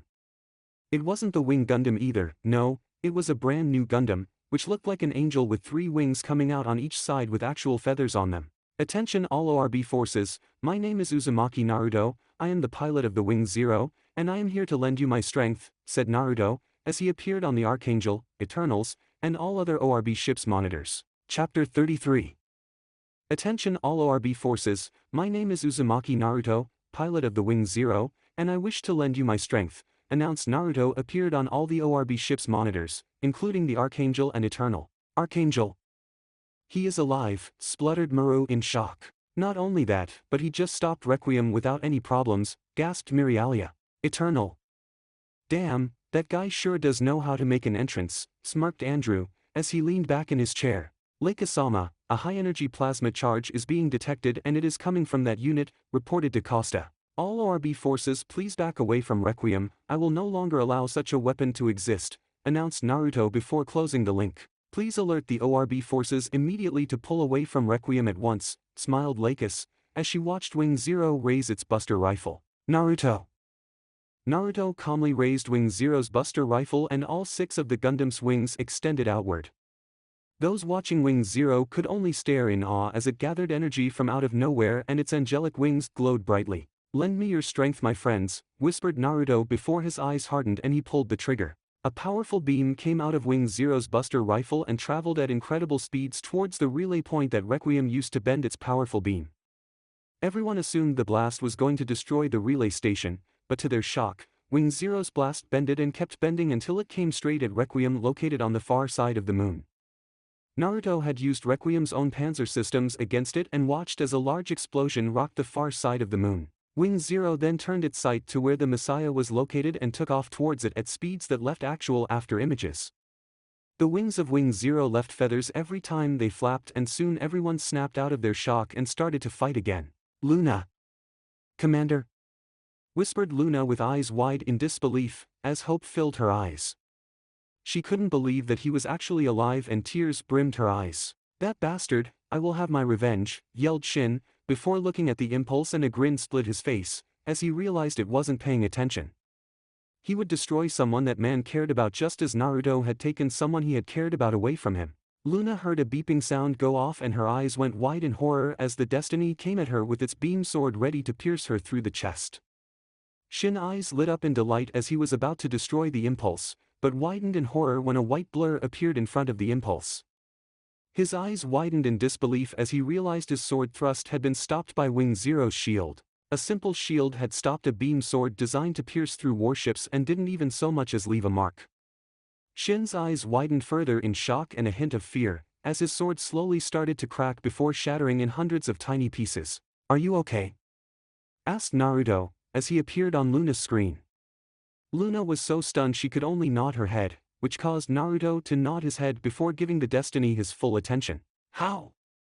It's not possible, gasped Shin, as he looked down at the handle of his now destroyed sword. One who only fights with hate and revenge in their hearts will never be able to pierce through my shield, said Naruto calmly. Shin got over his shock quickly, drew his beam saber, and charged right at Naruto. Wing Zero easily dodged the Destiny's attacks with such ease that it looked like a child trying to strike down a grown adult. No matter how hard Shin tried, he could not touch Naruto, and soon Wing Zero got behind him. I am sorry for what happened to that girl and I understand why you hate me, but is this really how you want to be remembered? Said Naruto using Wing Zero's beam saber to take off Destiny's right arm. Ah! Screamed Shin, as his cockpit started to fry him. How will you be able to face your sister and the rest of your family once you meet them again if you spend your entire life hating everyone? Asked Naruto before delivering a heel kick to Destiny's head that sent it colliding to the moon's surface.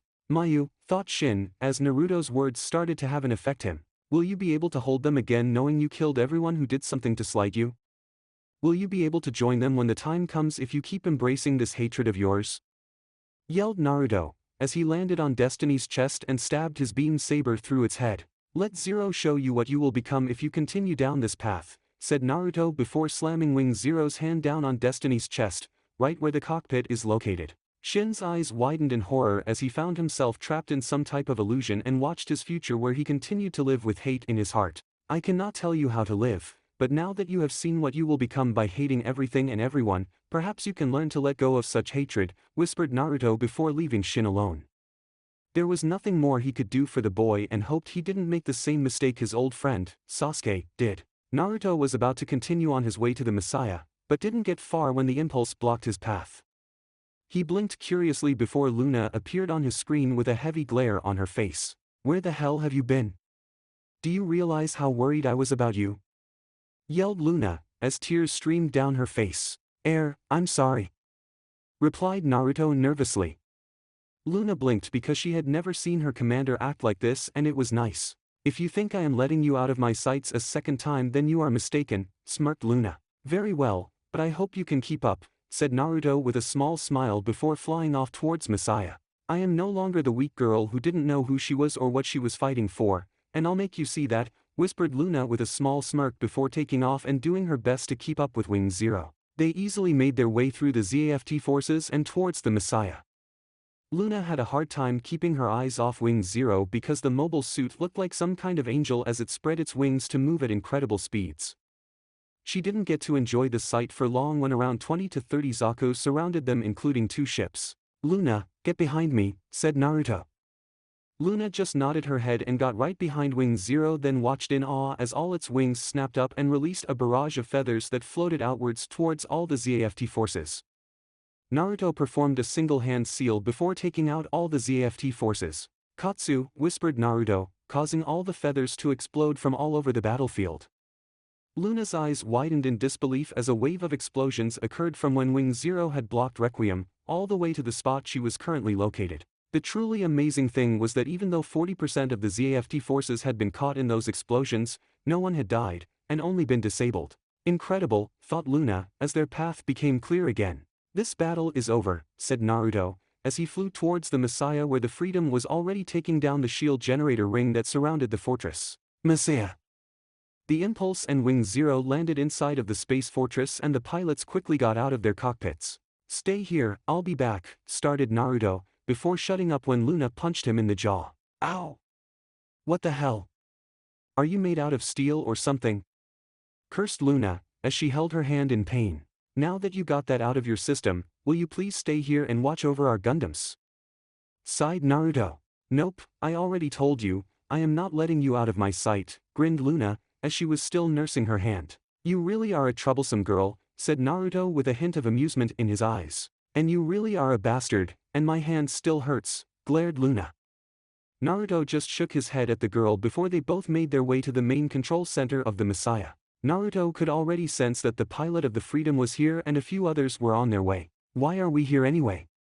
Asked Luna curiously, as they got into the elevator. To make sure the pilot of the Freedom doesn't get killed, it is not his time, replied Naruto, as the doors opened and they saw Kira holding a gun at Durandal.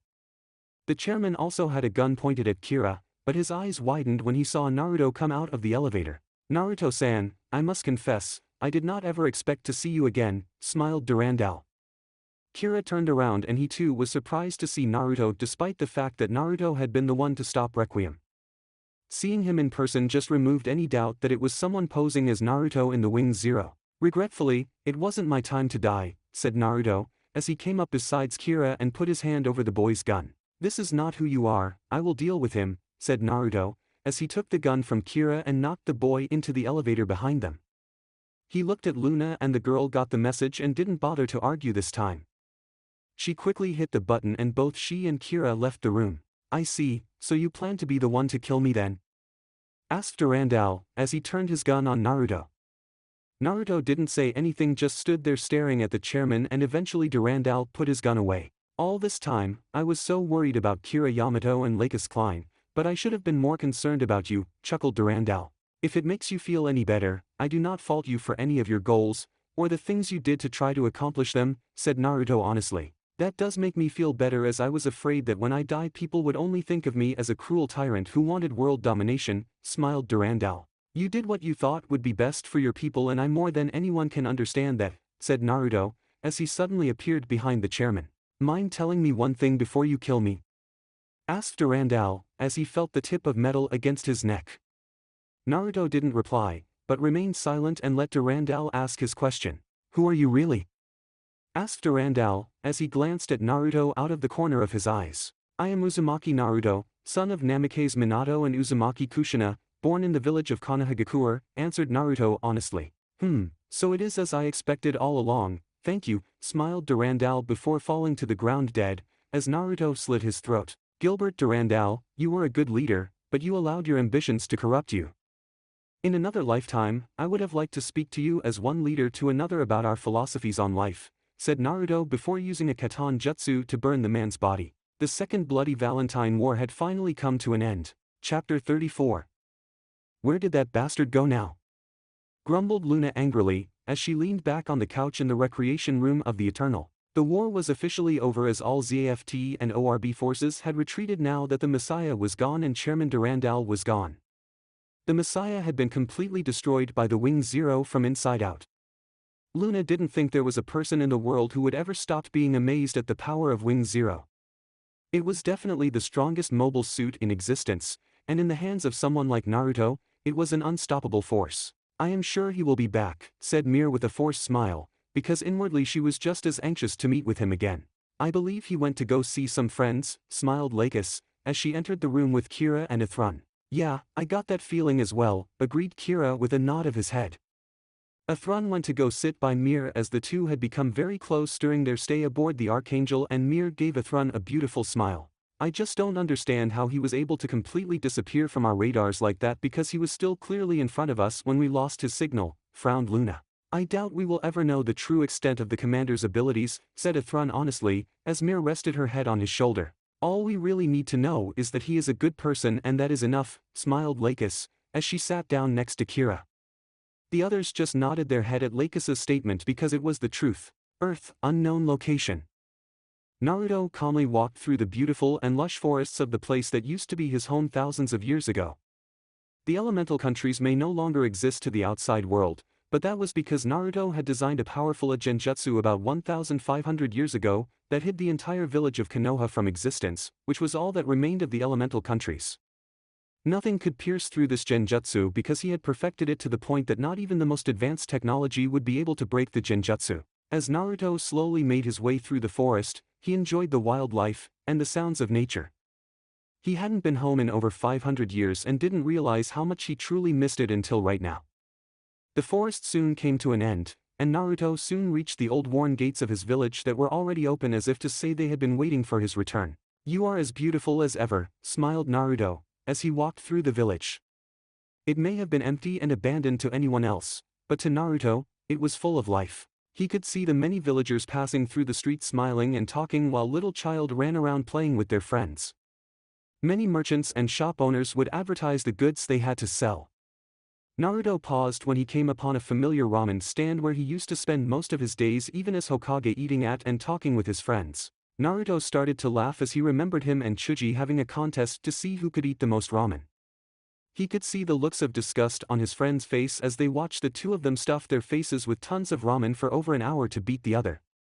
It was a victory that Naruto held over the Akimichi's head for a long time, because it was the only thing that Naruto could beat Chuji at when it came to eating, much to his friend's ire. Reluctantly, Naruto continued walking and made his way towards the large monument made for the Hokages of Konoha. On it were 6 faces and considered to be the 6 most powerful ninja that Konoha had ever produced. How have you been, old man, Obachan, and Tusan? Asked Naruto, as he appeared on top of the Yandame's head and took a seat on it. I see you all have been taking good care of the village while I have been gone. It looks as beautiful as ever, smiled Naruto, as his eyes scanned over Konoha. Haha, I have become as bad, you Obachan, having a bunch of people doing what is supposed to be my job. Don't worry though, I will no longer need you all to watch over Konoha, as I will be doing that myself from now on, chuckled Naruto. Well, I need to visit some friends, so I will see you 3 later, smiled Naruto, as he stood up and his eyes gazed over Konoha one last time before he disappeared in a swirl of leaves. Naruto reappeared in a small clearing that held 3 giant stones with many names carved on them. He walked over to the stones and took a seat in front of them with a sad smile on his face. "Hello my friends, it has been a while since I last saw you all," smiled Naruto with a pained look in his eyes. "I guess that is my fault, I have been hiding from you all," sighed Naruto, as his hands traced over a few names on one of the stones. "I missed you all so much that I even foolishly tried to find a way to try to prevent people from dying at all because I didn't want to lose any more precious people. My hate of death turned to fear, but do not worry, I no longer fear death," smiled Naruto, as a few silent tears fell from his eyes. "I will see you all again someday, but not yet. I know it may be selfish of me to make you all wait longer, but I have found some more people who are precious to me and I wish to enjoy what time I have left with them," said Naruto. "Anyway, you all probably don't want to listen to this type of stuff, so I'll change the subject. I guess I can tell you all about how different things have come about, though I doubt some of you will like it," smirked Naruto. "Kakashi-senpai, I bet you would love this new era because they have found tons of new ways for you to get your daily dose of porn," laughed Naruto. "Lee my friend, I am afraid that no one knows about the power of youth anymore, though I don't necessarily know if that's a bad thing," grinned Naruto, as he spent the rest of the day speaking with his friends. Plants. Lacus saluted and bowed many soldiers and council members as they greeted the new chairwoman of the plants. "Thank you my friends, and I'm happy to say that the treaty between ORB and the plants has been signed," smiled Lacus. For the next few hours or so Lacus was trapped in a meeting with the council members while they talked about all sort of things concerning the current affairs of the plants and such. When they finally managed to finish speaking about everything that needed to said, Lacus dismissed them all, and was told her bodyguard would be waiting for her in the hallway. Lacus frowned at that because she didn't want a bodyguard, but knew that she was a high-ranking individual, she would need one until everything truly calmed down. She exited the room and saw a man leaning against the side of the wall with a small orange book in his hands and a large straw hat on his head that covered his face. He wasn't wearing any type of ZFT uniform, and looked to be a civilian except for the kunai pouch tapped to his right thigh. His baggy black pants had tons of pockets and there were a couple of scrolls inside his green flak vest that was being worn over a long-sleeve white shirt. Excuse me," smiled Lacus, but stopped and looked at the man in surprise when he lifted his head. She instantly recognized the beautiful sky blue orbs of his, but everything else seemed to change because she didn't remember him having whiskers. "Mississippi Klein, my name is Uzumaki Naruto, I shall be your bodyguard for the evening," bowed Naruto, as he closed his book and put it in his pocket. "Mr. Uzumaki," started Lacus with a warm smile, thought stopped when he raised his hand. "Call me Naruto," said Naruto with a slight smile. "Naruto-san, I was not aware you were still part of ZFT. I thought you had deserted and switched sides," smiled Lacus before they walked together towards some room in the distance. "Nope, technically, I was declared dead, and when someone is declared dead they are no longer part of the military. My status as a member of Faith was just recently reinstated again, so you see, I never deserted," explained Naruto. "You're very good when it comes to details Naruto-san," smiled Lacus with a light laugh. "Old habit, I tended to work with a lot of people back in the day who looked for any little flaw in an argument, so I had to always be precise, that way I didn't trap myself later," smiled Naruto. "I guess I better start getting used to that as well since I am the new leader of the plants and I am sure there are those who will be out to get me as well," said Lacus. "Whether they are out to get you or not, they will not succeed as long as I am your bodyguard," reassured Naruto. "Thank you Naruto-san," smiled Luna with a grateful look in her eyes. "So, where is your boyfriend?" asked Naruto, as he changed the subject. Lacus blushed lightly because no one had ever called Kira that before, but there was no denying they were a couple. "I believe he and a few others are waiting for us in the room we are headed to now," smiled Lacus. Naruto just nodded his head before falling silent as he walked next to the young woman. "I think that Lunamaria-san as well as Meer-san will be there with them as well," said Lacus with a knowing look in her eyes. "How are Meer and that boy, I believe Athrun is his name, doing?" asked Naruto curiously. "They are doing well, they have become close since you helped them escape ZAFT, but I believe Athrun worries that Meer sees you more than a friend," answered Lacus honestly. "Those two will do well together as they both had identity issues during the war and they can help each other grow stronger," said Naruto. "That is true, but what do you plan on doing about Lunamaria-san?" asked Lacus with a beautiful smile. "You know, for some who is considered a kind and generous person, you sure do love gossip," smirked Naruto playfully. Lacus just pouted, but there was a playful look in her eyes. It was rare she got to act like any other girl because many of her friends, even Kira, looked to her as a source of strength, but something about Naruto just brought out her more playful side. Perhaps it was because she knew Naruto only saw her as Lacus Klein, a young woman, and not by any of her other titles. He had no expectations of her other for her to be herself. To answer your question though, I am looking forward to meeting with Luna-san again, smiled Naruto with a hint of nervousness. I am sure she is looking forward to meeting with you again as well, smiled Lacus with a knowing look in her eyes. I hope so, said Naruto before he turned to look at Lacus and said something that was completely random. The answer is still no, by the way, said Naruto with a slight frown. I see, sighed Lacus with a sad look in her eyes. She wasn't even surprised that he had once again been able to somehow read her mind and know what she truly wanted to ask him. I'm sorry, but I lived far too long to believe in something like peace anymore, but that is okay because I have other things that I do believe in, explained Naruto with a small smile. Lacus looked at him curiously, and waited for him to finish. One doesn't need peace to be happy, it is something I forgot a long time ago, and it is probably one of the few things I do believe in. Happiness is something that can be found even in the times of war, and it is what I shall protect when the next war inevitably comes, said Naruto seriously. Lacus didn't get to say anything more when they finally reached their destination and they all saw all their friends waiting for them. That's it for part 5. Thank you for watching and see you in the next video.